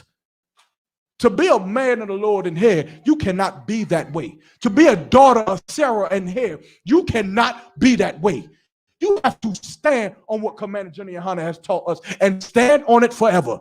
You have to put on all black until you pass your office test and keep it on forever. You have to check in every Wednesday and check in forever. You have to do what we do like the Lord commanded us to do, and you have to do it forever until the day that you die. And then you'll have a glorious death, something that none of your family members have ever had. Nothing. And that's the difference between us and them. Keep going.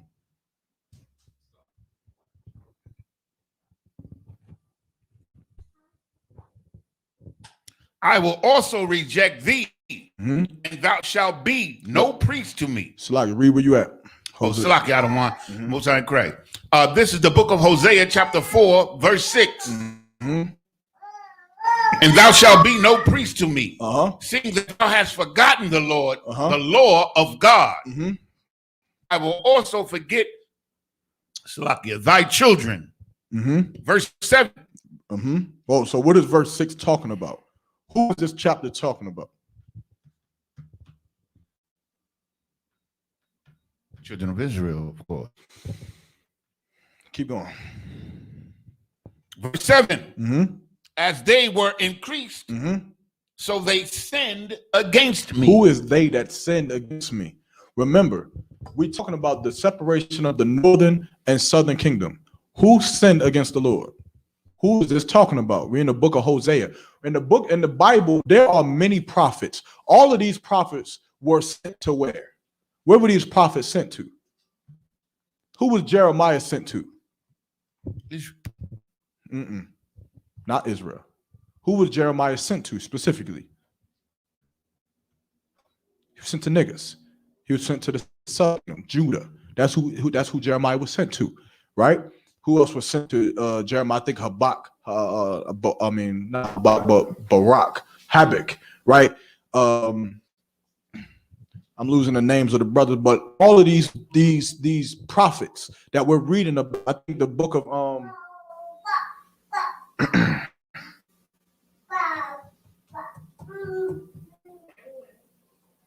Slakia is losing me, but there's a book in the Bible that's basically just about the prophets and them being sent, right, to different tribes, right? Hosea was sent to who? Who was Hosea sent to? The northern tribe. The northern tribes. So who is he talking about? Verse 7. As they were increased, so they sinned against me. Therefore, I will change their glory into shame. Who is Hosea talking about? The northern kingdom. Issachar. He's talking about the Mexicans. They sinned against the Lord, and so they were cut off against the Lord. From the Lord, right? Keep going. Verse 8. They eat up the sin of my people, and they set their heart on their iniquities. Now go back to verse where I had you at. Verse 14. The book of Hosea, chapter 4, verse 14. Verse 14. I will not punish your daughters when they commit whoredom. I will not punish your daughters when they commit whoredom. What is this? What is the Lord giving us right now?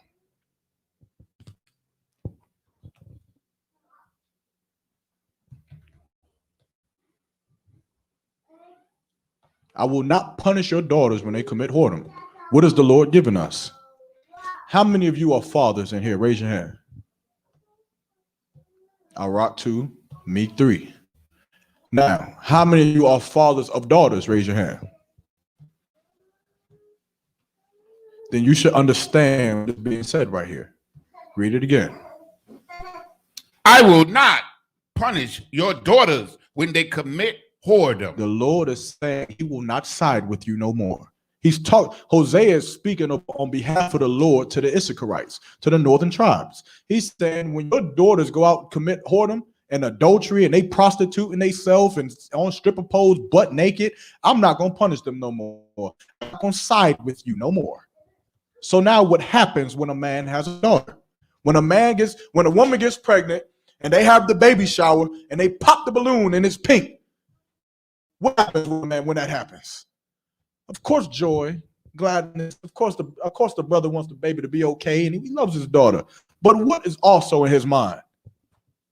If I may, get the shotgun. Get the shotgun. Why? Because I'm going to have to kill the niggas who try to make whore out of my daughters because the Lord won't punish her. Because the Lord won't side with me in raising my daughter and making sure that she's not a whore. So this is a curse that was given to the tribe of the northern kingdoms at this time. This is the curse that will be soon given to all of us. Right now, Hosea is giving this curse to this prophecy to the northern kingdom because they whored against the Lord. Because they went and served other gods, so now they're being cut off. Now when their daughters are being whores and sleeping with everybody, it's just going to be a bunch of fathers without shotguns who can't do a thing. They won't be able to do nothing You have to live with the fact. No, like imagine this, and it's like I hate to say this, right? I'm not gonna say it like that. Imagine the greatest porn stars in the world. Imagine how their fathers must feel about them. Imagine that. Imagine somebody walking around, they say, yo, are you the father of so-and-so, so-and-so? Dang. Imagine how he got to feel inside of Walmart. He's just like, he got to live with the fact that his daughter is a whore. Can you imagine? Of course, you don't ever want to imagine. That's why when you have a son, you say what? Yes. Yes. Yes. Ain't nobody going to be taking advantage of my child. He going to be the one taking advantage. It's more soothing than for that. But you got a daughter, you got to worry about this now. You're like, I don't want you to grow up, baby girl. Just stay a girl. Put the lipstick down. Don't give her the goddamn nails. Let her stay a baby forever. You got to let her grow up. No, the hell I don't. Hell I don't. Stay inside this goddamn house. Meanwhile, you got an 8-year-old son. He up the street somewhere. You don't know where the hell he at. He's like, yeah, go do it. Impregnate them all. I don't give a damn. But your daughter is, because this is a curse that the Lord put on us, because he won't fight for us, for our daughters. Keep going. When they, nor your spouses when they commit adultery. Nor your spouses when they commit adultery. I said this at the beginning of the class. How many times have you heard a brother say, how can I trust my own woman when I done slept with so many men's wives? How many times you heard it? How can I trust my own bee when I done slept with so many niggas' bees? I done slept with so many women. How can I trust my own? How many times have you heard that? I can't trust my own. I done slept with this man's wife, this man's wife, this man's wife, this man's wife. How can I trust that somebody's not sleeping with mine? This is a curse that the Lord is putting on us because we disobeyed him, right? Of course, it's talking about the tribe of the northern kingdoms. Keep going. For themselves are separated with whores. Mm-hmm. Now drop to verse 15. Verse 15. Uh-huh. Though thou, Israel, uh-huh, play the harlot. Though thou, Israel, play the harlot. Who is Israel? The northern kingdom. The northern kingdom. It was separated. So you had Israel and then you had Judah or Jews. So you had the Levites, the Benjamites, and the Judites, who would be the southern kingdom, your niggas, your Jamaicans, and your Haitians. And then you had Issachar. You had Gad. You understand? You had the Seminolean Indians, the Native American Indians, and the Mexicans and the Puerto Ricans who were up in the northern kingdom. You understand? It says that, so though thou, Israel was the northern kingdoms. Keep going. It's lucky. Yet let not Judah. So Israel. Though thou, Israel, play the harlot. So that thou, the northern kingdoms, played the harlot with the Lord. They committed adultery on the Lord. They wouldn't serve other gods. Keep going. Yet let not Judah offend. Yet let not Judah offend. Why should Judah not offend them? Because, of course, in this time, Judah or the southern kingdom was where? Where were we at this time? Jerusalem. We were in Jerusalem. We were the Sadducees and the Pharisees and the prophets, and we were following God's laws and keeping the sacrifices. And we felt like the northern kingdoms were nothing. That they were nothing, man. They just a bunch of sinners and a bunch of wicked men who was cut off from the Lord. Why should we not, why should we not offend our brothers that are our Mexican brothers, our Native American Indian brothers? Why should we not offend them? I know you know. Hold on 1 second. Let me see if anybody else got it. Why should we not offend our brothers? Keep going. And come not ye unto Gilgal, neither go ye up to Bethaven, nor swear, the Lord liveth. Now, why should we not offend our northern kingdom brothers? Of course, now there is no northern and southern kingdom. There is only the kingdom of the nation of Israel, the kingdom of Christ that is at hand, a new kingdom. That is what we are, because we are no longer separated. We are one.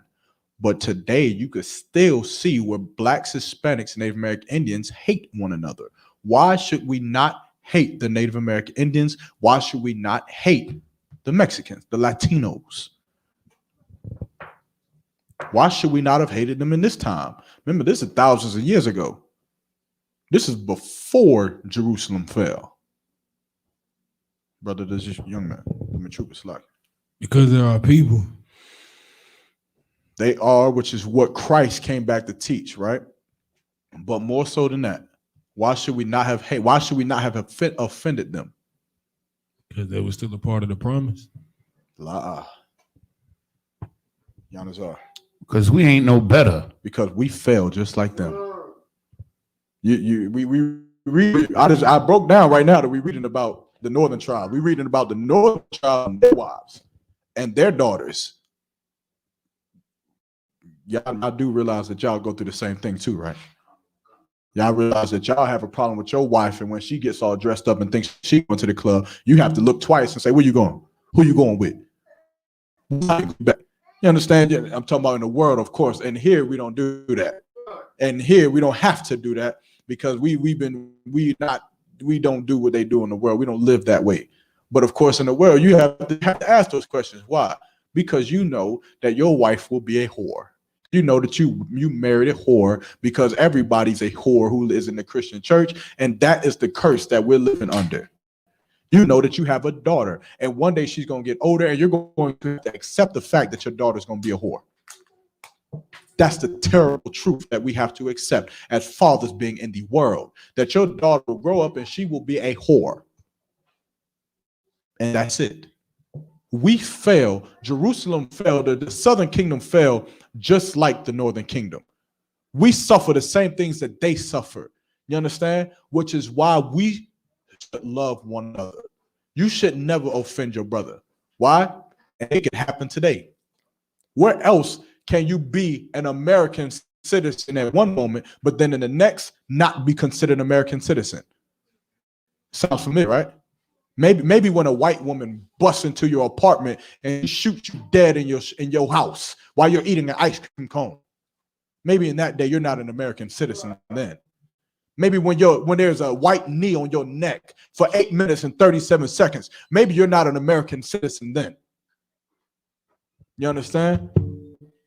America does that to us. We should not do that to them. Those brothers who are in those cages are the nation of Israel. Those brothers who you think are not like us, they don't speak like us, they don't eat like us, they don't sing like us, they don't dance like us, they don't talk like us, they don't love like us, they don't do anything like us. They're your brothers. They're your brothers. They're exactly like you. Why?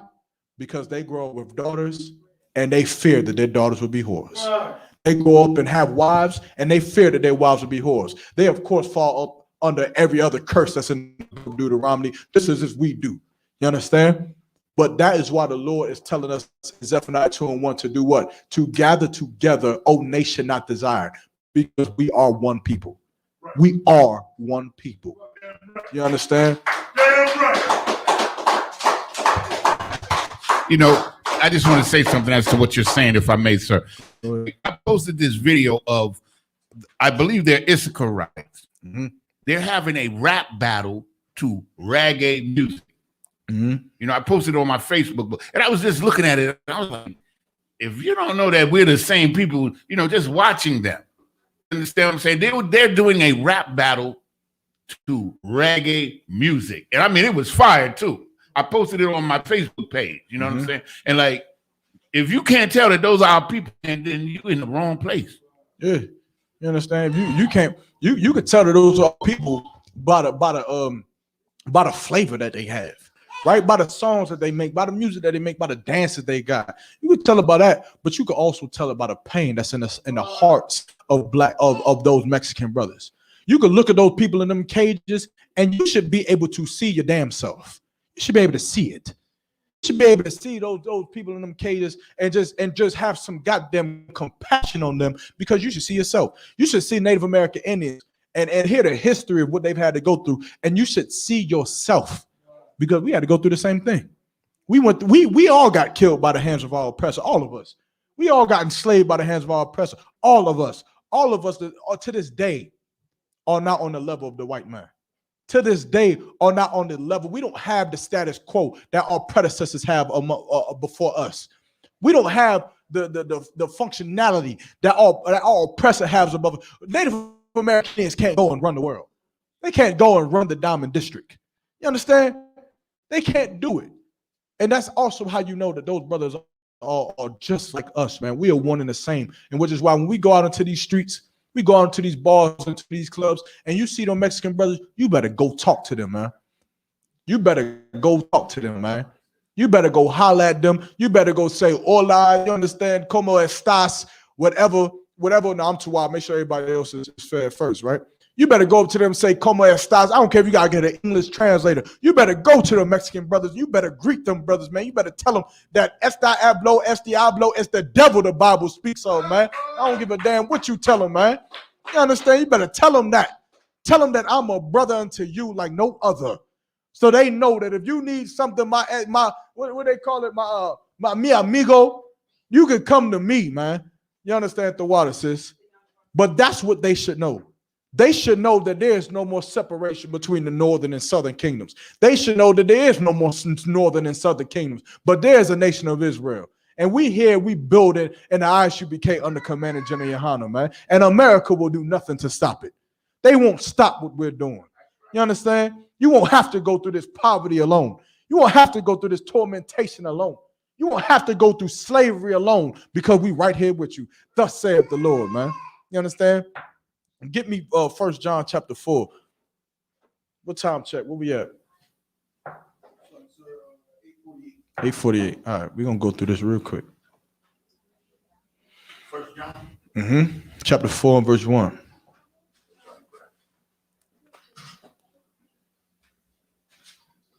Now, anybody else got any questions? Any questions in the room? Any comments? Anything like that? Before I start going through these scriptures real quick. Anybody online got any questions? Any comments? Brother online, Salagi, damn Judas, Salagi, I see what you're saying, brother. You're absolutely correct. Most High in Christ. Anybody in the room? Anybody in the back? Anybody in the back got any questions? Any comments? Anything you want to ask before the class is ending? No sweat. Domino's got your tongue. Go ahead, read what you got. The book of 1 John. The book of 1 John, chapter 4, verse 1. Beloved, believe not every spirit. Believe not every spirit. Don't believe every person. You understand? Don't believe everybody. Keep going. But try the spirits whether they are of God. But try the spirit whether they are of God. You understand? How do you try the spirit? What do you try the spirit according to? How do you try a spirit?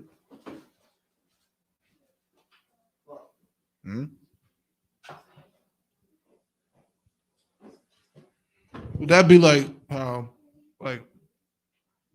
you said earlier in the class? If somebody comes in here and they might be a white man or might be an African or they might be smoking weed or whatever it is that they do, and you just blaze on that thing. You blaze on it. You try the spirit of a man. Because a brother in here who is really an African, you understand? You blaze. If I thought a brother was in here was really a Matumbomite, you understand? I would blaze on Africa all day.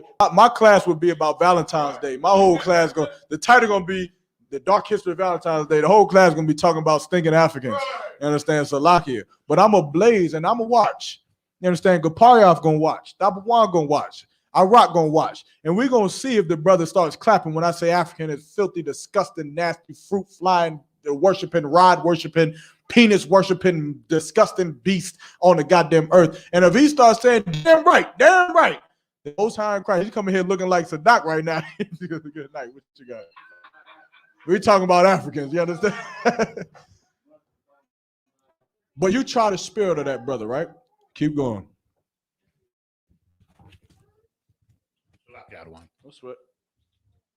Because many false prophets are gone out into the world.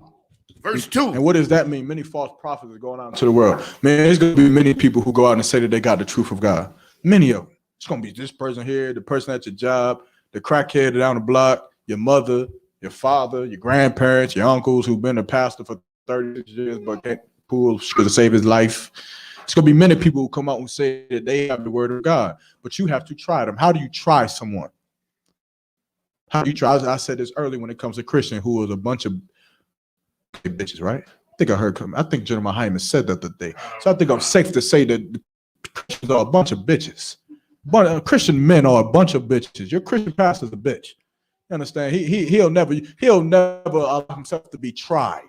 You understand? You have to, and here we allow ourselves to be tried. We don't sit up here in this seat and say, you know what, don't ask me no questions. No, you know, don't question God. Don't question the Spirit. No, you want to have a debate, we'll have the debate, set it up. You want to have a battle at camp, we'll have a battle at camp. Come to camp, we'll set it up. We'll get it on, we'll rock and roll it, and we'll bring it back every single time. But of course, your Christian pastor's a bitch. He'll never allow himself to be tried. So, Salaki, there's a lot of brothers and sisters who's in the Christian church who really believe that the Christian pastor's right.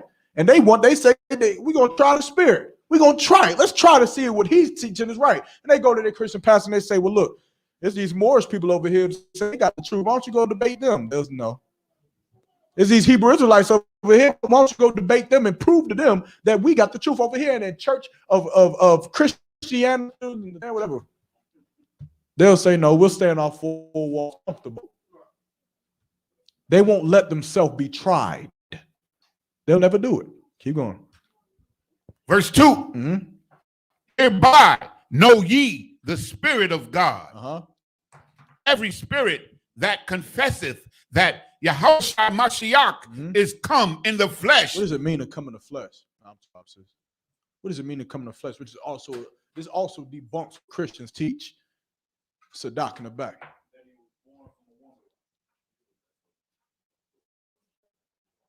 Say one more time. Right? So, okay, but break it down for a Christian. Because Christians will still. Through the Google Home app. Good night. This slave, bro, she be coming at the wrong time. The Google app. I thought she was about to answer the question. I was about to say, oh, Esau. But what will Christians say, right? They'll say that Mary is Christ's mother. They'll say that anyway. They'll say Christ was born from a woman because that's what Christians teach. They don't teach that his father impregnated her, but they'll say that Christ came from a woman. But they also teach that what? Christ is a spirit. He's the Holy Spirit. He's a ghost or something that just he comes inside of your body and gives you an orgasm. Like I mean, I would say pause, but you got to pause the whole Christian church. That's what they teach. I don't know how many. This off topic as hell, but it's like, how many of y'all have ever been to church and seen somebody caught the Holy Spirit? Unquote. I've seen it too, and it was the most weirdest thing I've ever seen in my life. You know, Salaki, it was just like when, no sweat. That's probably no sweat.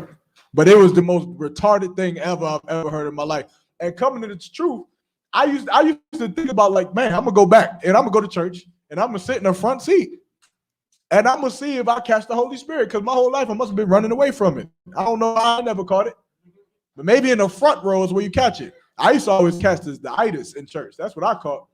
I went to sleep on the Bible. I'd be just like this. Wake up. Hey, look, I'm not lying to you.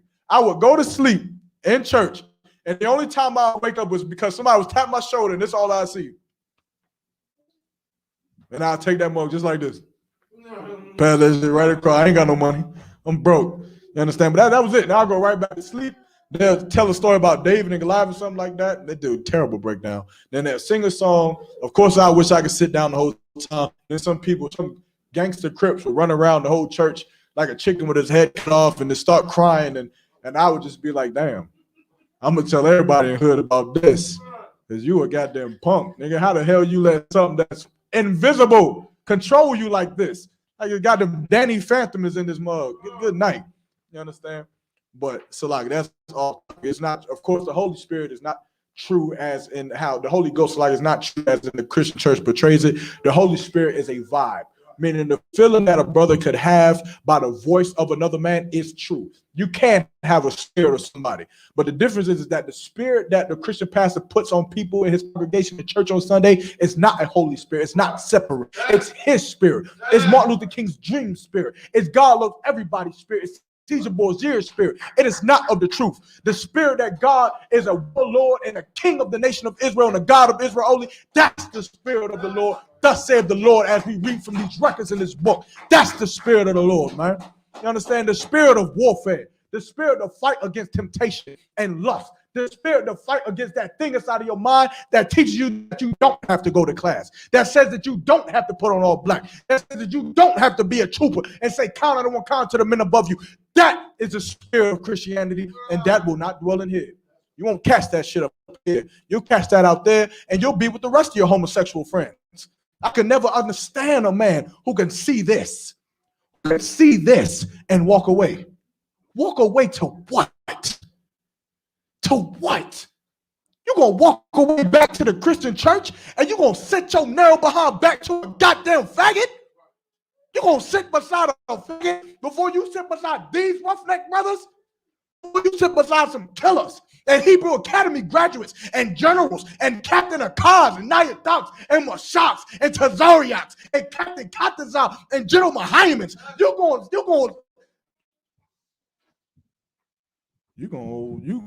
going sit beside Pastor wipe your ass for you. That's what you're gonna sit beside. That's what you're gonna go sit beside Pastor O. You can leave your husband if he don't have a job. You're gonna sit beside Mr. Concert Choir, effeminate old homosexual lead director of the choir. Oh, that's what you choose. I never understand brothers like that. But no sweat. Keep going. But Christ was a brother just like us. You understand? That debunks the Christian church. Keep going. Christ is come in the flesh is of God. Verse 3. And every spirit that confesses not that Yahushua Mashiach is come in the flesh is not of God. So if you say that Christ is not flesh, if he's not bone, he's not skin, you understand, blood, organs. If he's not exactly what we are, then you're not of God. But how the hell can he be a floating spirit? How is it possible? That one. Add on what you're saying is like, also, if you're not teaching or showing that Christ had a race, see me one time up, had a color. Not you, let him know what to do, right? When I say see me one time, just go ahead and form and fill him. Yeah. It's a lot. I was gonna say, yeah, if you're not teaching that Christ had a race, a color, a nationality, if you're teaching that Christ was some, I remember I had a Christian pastor, some devil one time teach me. I asked that question. I said, well, what color was Christ? What nationality was Christ? And he said, maybe he didn't have a color. Maybe he was all colors or some craziness like that. He's translucent. You know what I mean? He's see-through or whatever. If you're not teaching that he was a brother from the tribe of Judah, a black man, you know what I'm saying, the way we do in ISUPK, then that's also what the scripture is talking about. You're not teaching he was in the flesh. Right.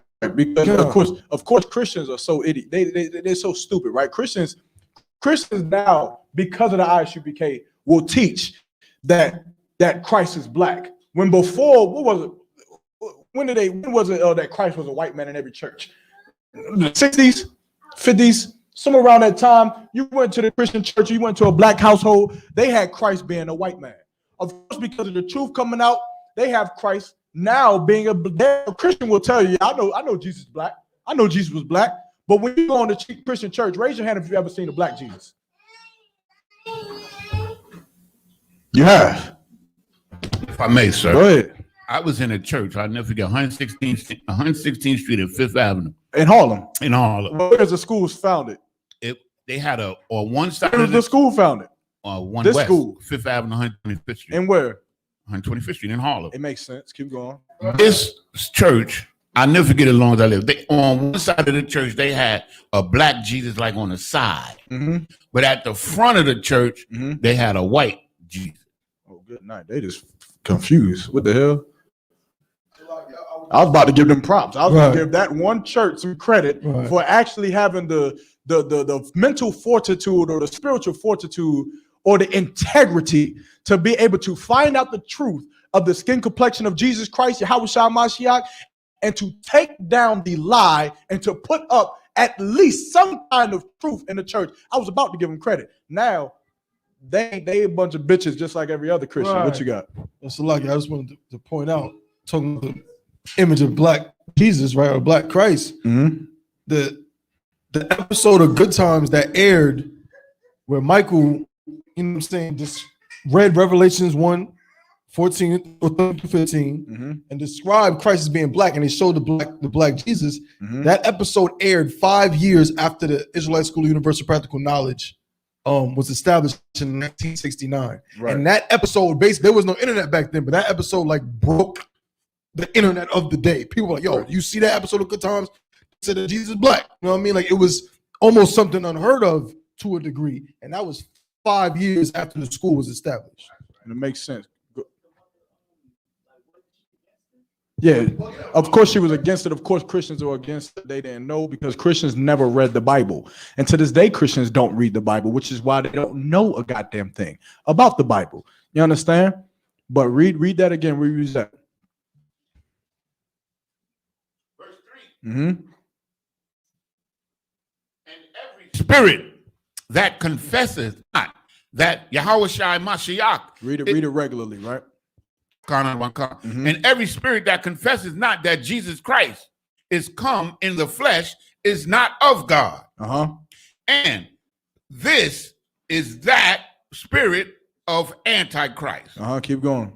Whereof ye have heard that it should come.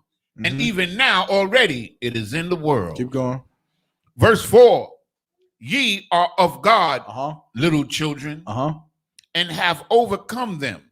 Because greater is he that is in you than he that is in the world. You brothers and you sisters in this school, you brothers and you sisters in this classroom right now, you are embarking on an obligation to overcome that wickedness that is of the world. You are embarking on that right now. Because when you leave these classrooms and you go back into the world, you'll have to face against all wickedness. You have to face against death itself. You understand? The white man in this Bible is what? He is the firstborn son of death in this Bible. That is who he is. You understand? And you'll have to face him. So everything that plagues us, heart disease, heart attacks, drug addiction, homelessness, black on black crime, gang violence, all of these things are a product of the firstborn son of death. He knows how to kill. You understand? He doesn't just know how to kill by hunting animals in the woods. He knows how to feed you pork. He knows how to feed you shrimp, crab, pork, and lobster. He knows how to feed you crack cocaine and heroin and opioids and weed and make you become an alcoholic. He knows how to kill you. You have the obligation to beat him. Thus saith the Lord. You have to beat him in everything you do. You have to go out here and you can never be a crackhead. You have to go out here and never use drugs, no matter how many jobs you lose, no matter how broke you become, no matter how many times your wife leaves you and whores on you, you can never turn to drugs because you have an obligation and an order to beat the son of death. You can't die. You can't die by the hands of him. You have an order to live in this school. That's the order that we have, and you must follow it. And if you want ready to make the sacrifices to complete that order, then this is not the place for you. If you believe that your mother disowning you and saying that you're in a cult is too harsh for you, then you should get the hell out now. If you believe that your wife taking your baby away from you, that you won't see your son or your daughter from the age of 1 or birth until he or she is 18 years old, you should get out here now, because in here we're prepared for it. I'm prepared to not see my daughter for 18 years, but I will not give nothing up for this truth. Nothing. I won't see you. I won't see you for 18 years or however long it takes. But I'm not dropping this. If you're not ready for that, then you're not ready for the glory of the Most High. You're not ready for what this school has to offer. And you're not ready for the terrible power that is the name of the Lord, man. You understand? You should find IUIC. You should find them. You know, if you better have a job when you go there. You can go in there and sing. You can go in there and wear purple. You better find GMS. You get you a little girl who's 11 years old, you know, she probably listen to you. She probably don't have enough mental fortitude to say anything like child support. She probably don't know anything about it. You could be like them. Go be a rapist with them. Go be a drug addict with them. But in here, we can't do that. You understand? What time we got? 9 o'clock. Salakia. 9:07.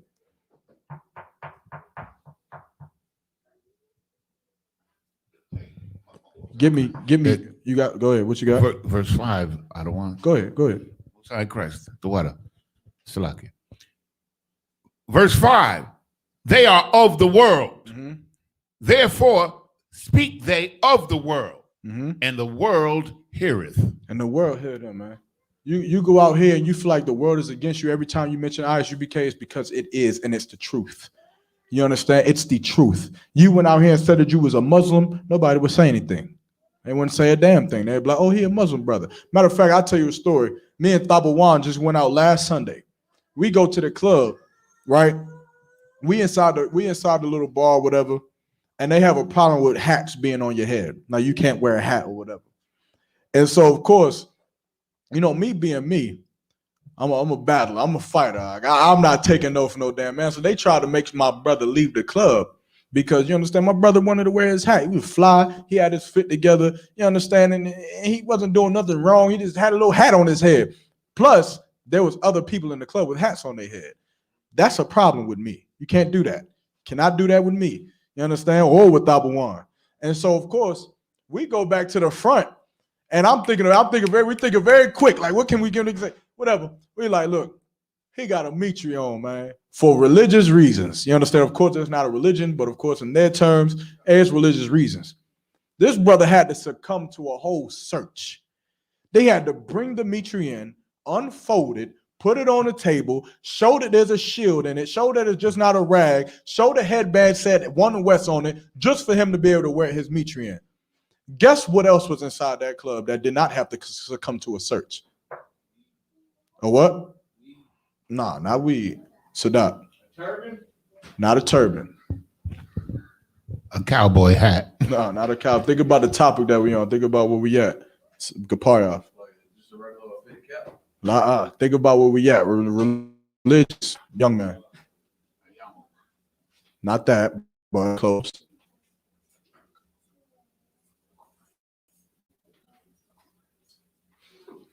He said it, a kufi. There was a nigga walking around with a kufi in there. He walked straight through. You understand? Because of, go ahead, what you got, Sadat? Kufi is what Muslims wear. That little thing that covers their head look like a ball bean. It's like a bean sack. You understand? They just put it over their head. It's a kufi. I don't know why they wear it, whatever. But the point is, he walked in. He didn't have to come to a search. They just already recognized that, oh, we respect that. That's he's Muslim. Ain't no sweat. He probably just want to get the truth. He don't know how to come get it, though. Somebody help him out. You understand? But he, of course, didn't succumb to no search, right? And he was able to just be let in. But he's able to be let in because he's of the world. Tabawan had to succumb to a search because the truth the world rejects. You understand? Drop that. Give me, this is the last one we're going to do, and then we're going to get up out of here. Give me the scripture that say, you understand, that we are to prefer one another.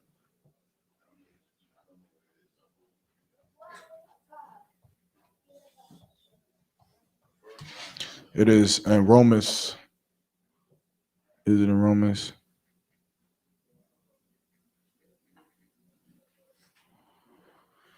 Oh. 12 and 10. Is that what it is?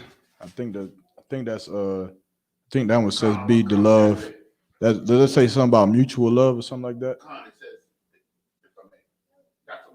Read it. I don't think that's the one. I think that's talking about mutual love or something. No, if I may. Go ahead. Be kindly affectioned one to another with brotherly love and honor, preferring one another. That's the one I want, right? Okay, so read it again from the top. The book of Romans, chapter 12, verse 10. Hold on 1 second. Let me get this live right back up. We're going to get back into it.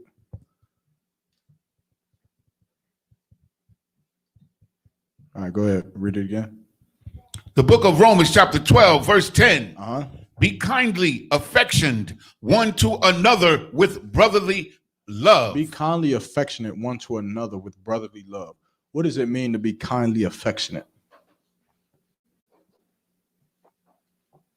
Now, for every brother in the school that's in here, right, I'm gonna need y'all to pay close attention to what I'm about to tell you now.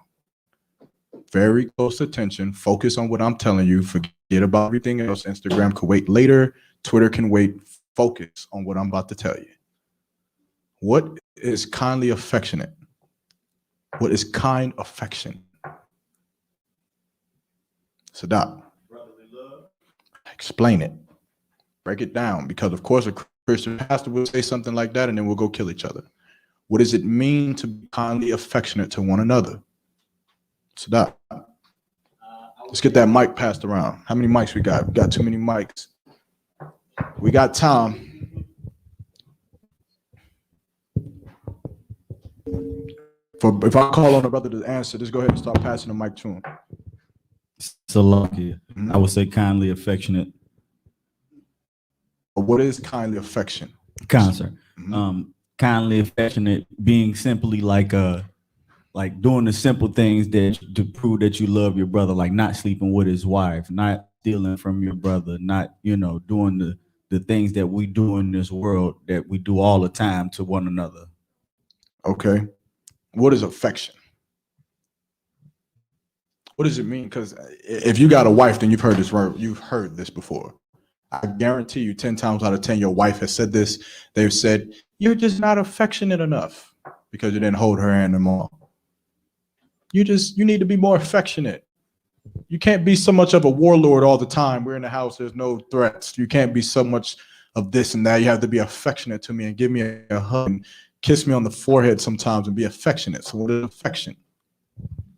If I may. Gaparioff. Showing interest. Showing interest, right? What else?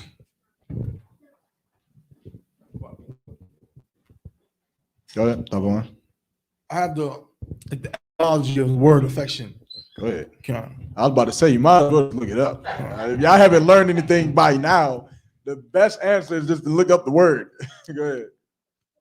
Affection from the fond, loving, suggested by French affection. Early now, most of the instances include, and this is what I was going to say, prejudiced, inclined. To be affection in the root sense of the word affection means to be almost biased for something, inclined to something, almost to prefer something. Okay.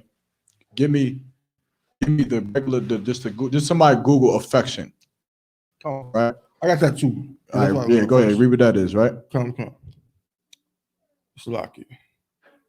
Because we know what kind is, right? Let's see what affection is. Affection, a gentle feeling of fondness or liking. A what? A gentle feeling of fondness or liking. A gentle feeling of fondness or liking. So to be affectionate means that you have to be gentle. To show affection to a baby, you have to be gentle to a baby.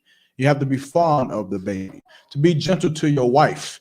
You understand? Like, to be affectionate is not smacking your wife on her behind. That's not showing affection. That's showing fondness. That may be showing love or whatever the hell you're showing her, sexiness, I don't know.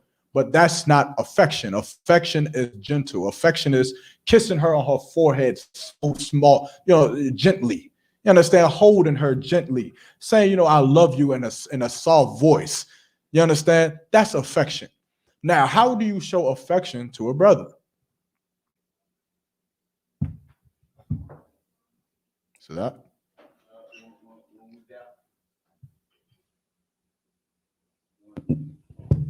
When we fist bump one another. Not the salute, not the kiss, not the biblical kiss. That's not how you would show affection to a brother. How will you show affection? Affection is a form of what? So that is about.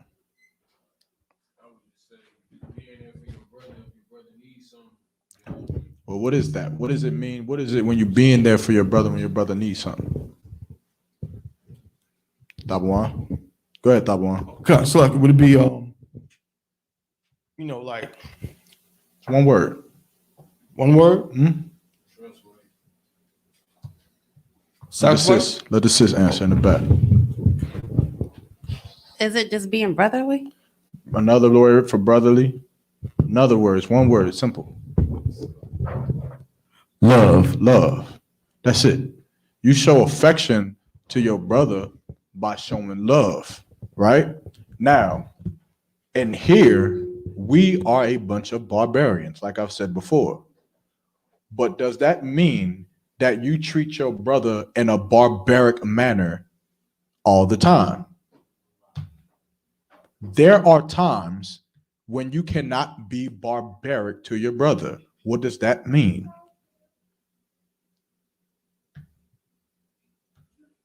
Y'all be having problems with y'all ribs, don't y'all?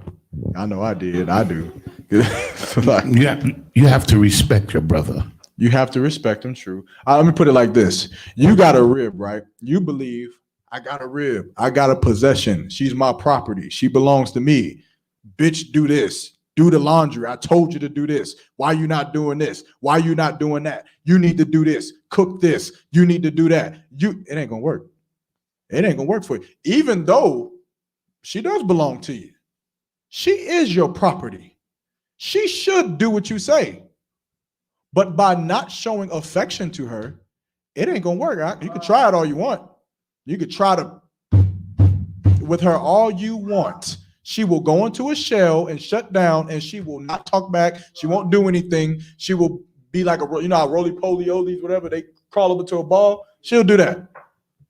A brother, sometimes you have to learn how to show affection to a brother because a brother may not be right all the time.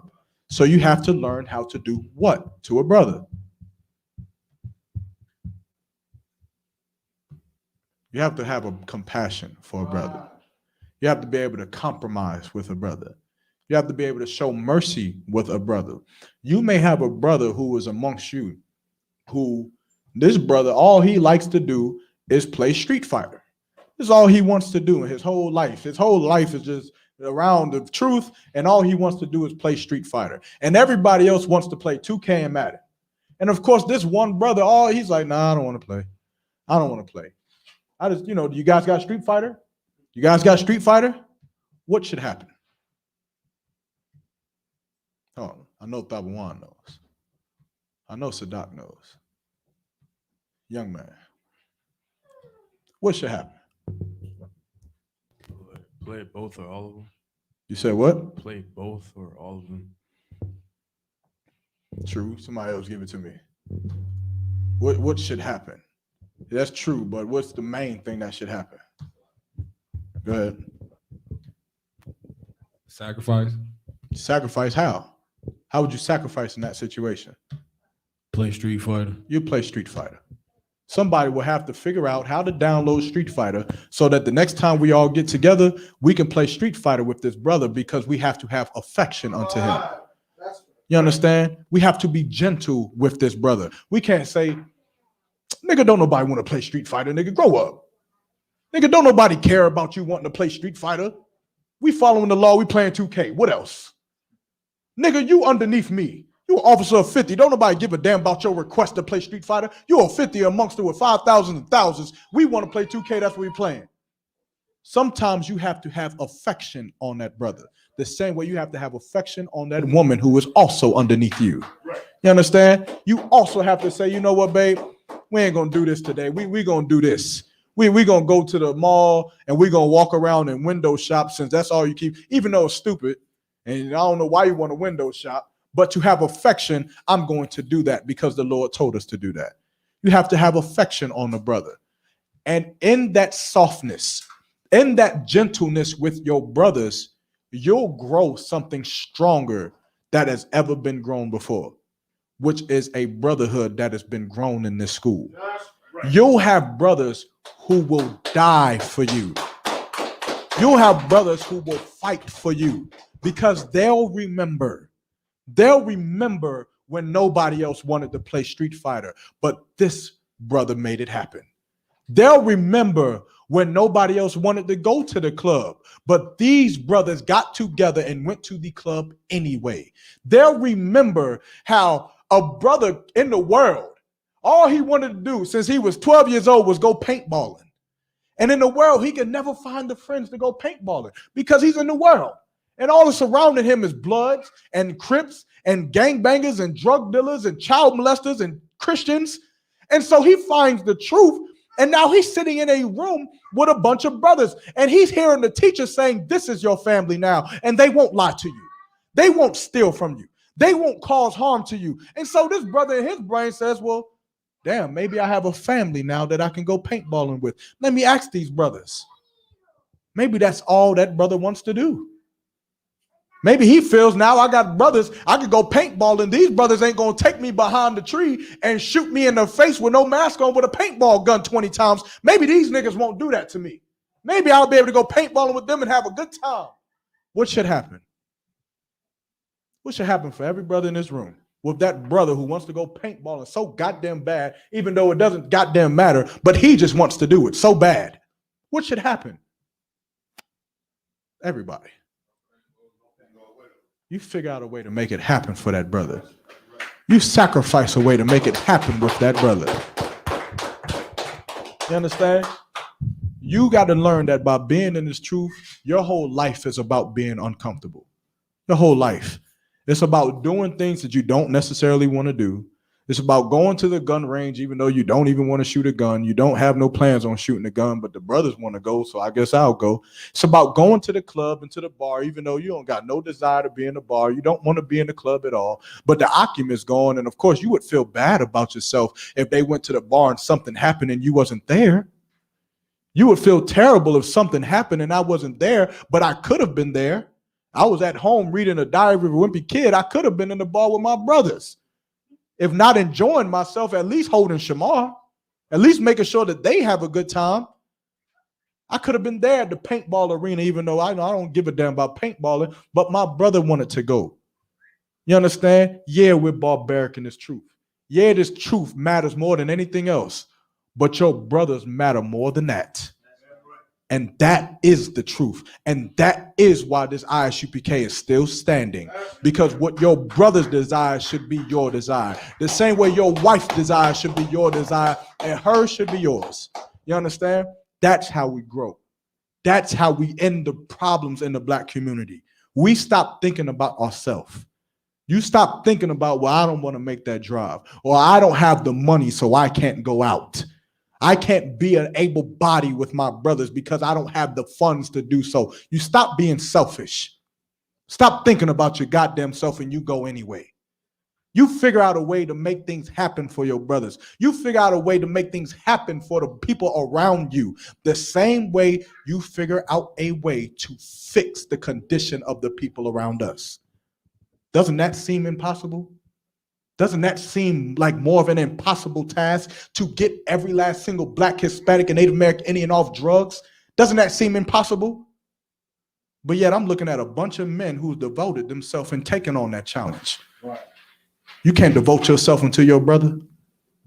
You can't take the time out of your day to check on your brother, to see what he may want, to see what he may desire, what he may need. You understand? What is the only way to solve your problems in the ISUPK? What is the only way to solve your problems? I know you know. How do you fix your problems, young man? Face them. Go to counsel. That's not how you fix your problems in here. How do you solve your problems in here? You get. I mean, of course, all of your questions, all of your answers are correct, but that's not the number one. As a brother in this school, how do you solve your own problems in here?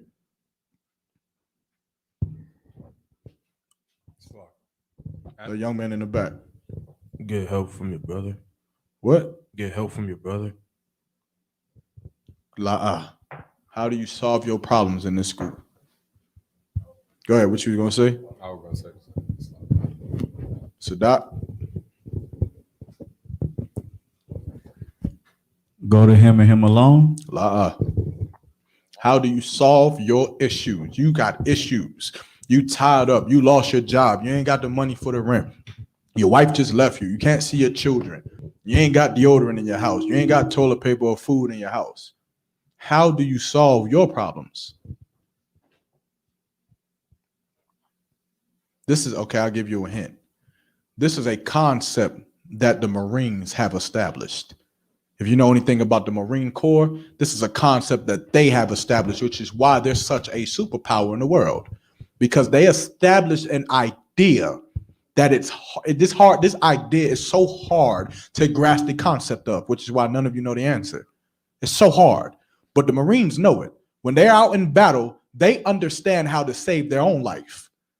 How do you solve your own problems in here, young man?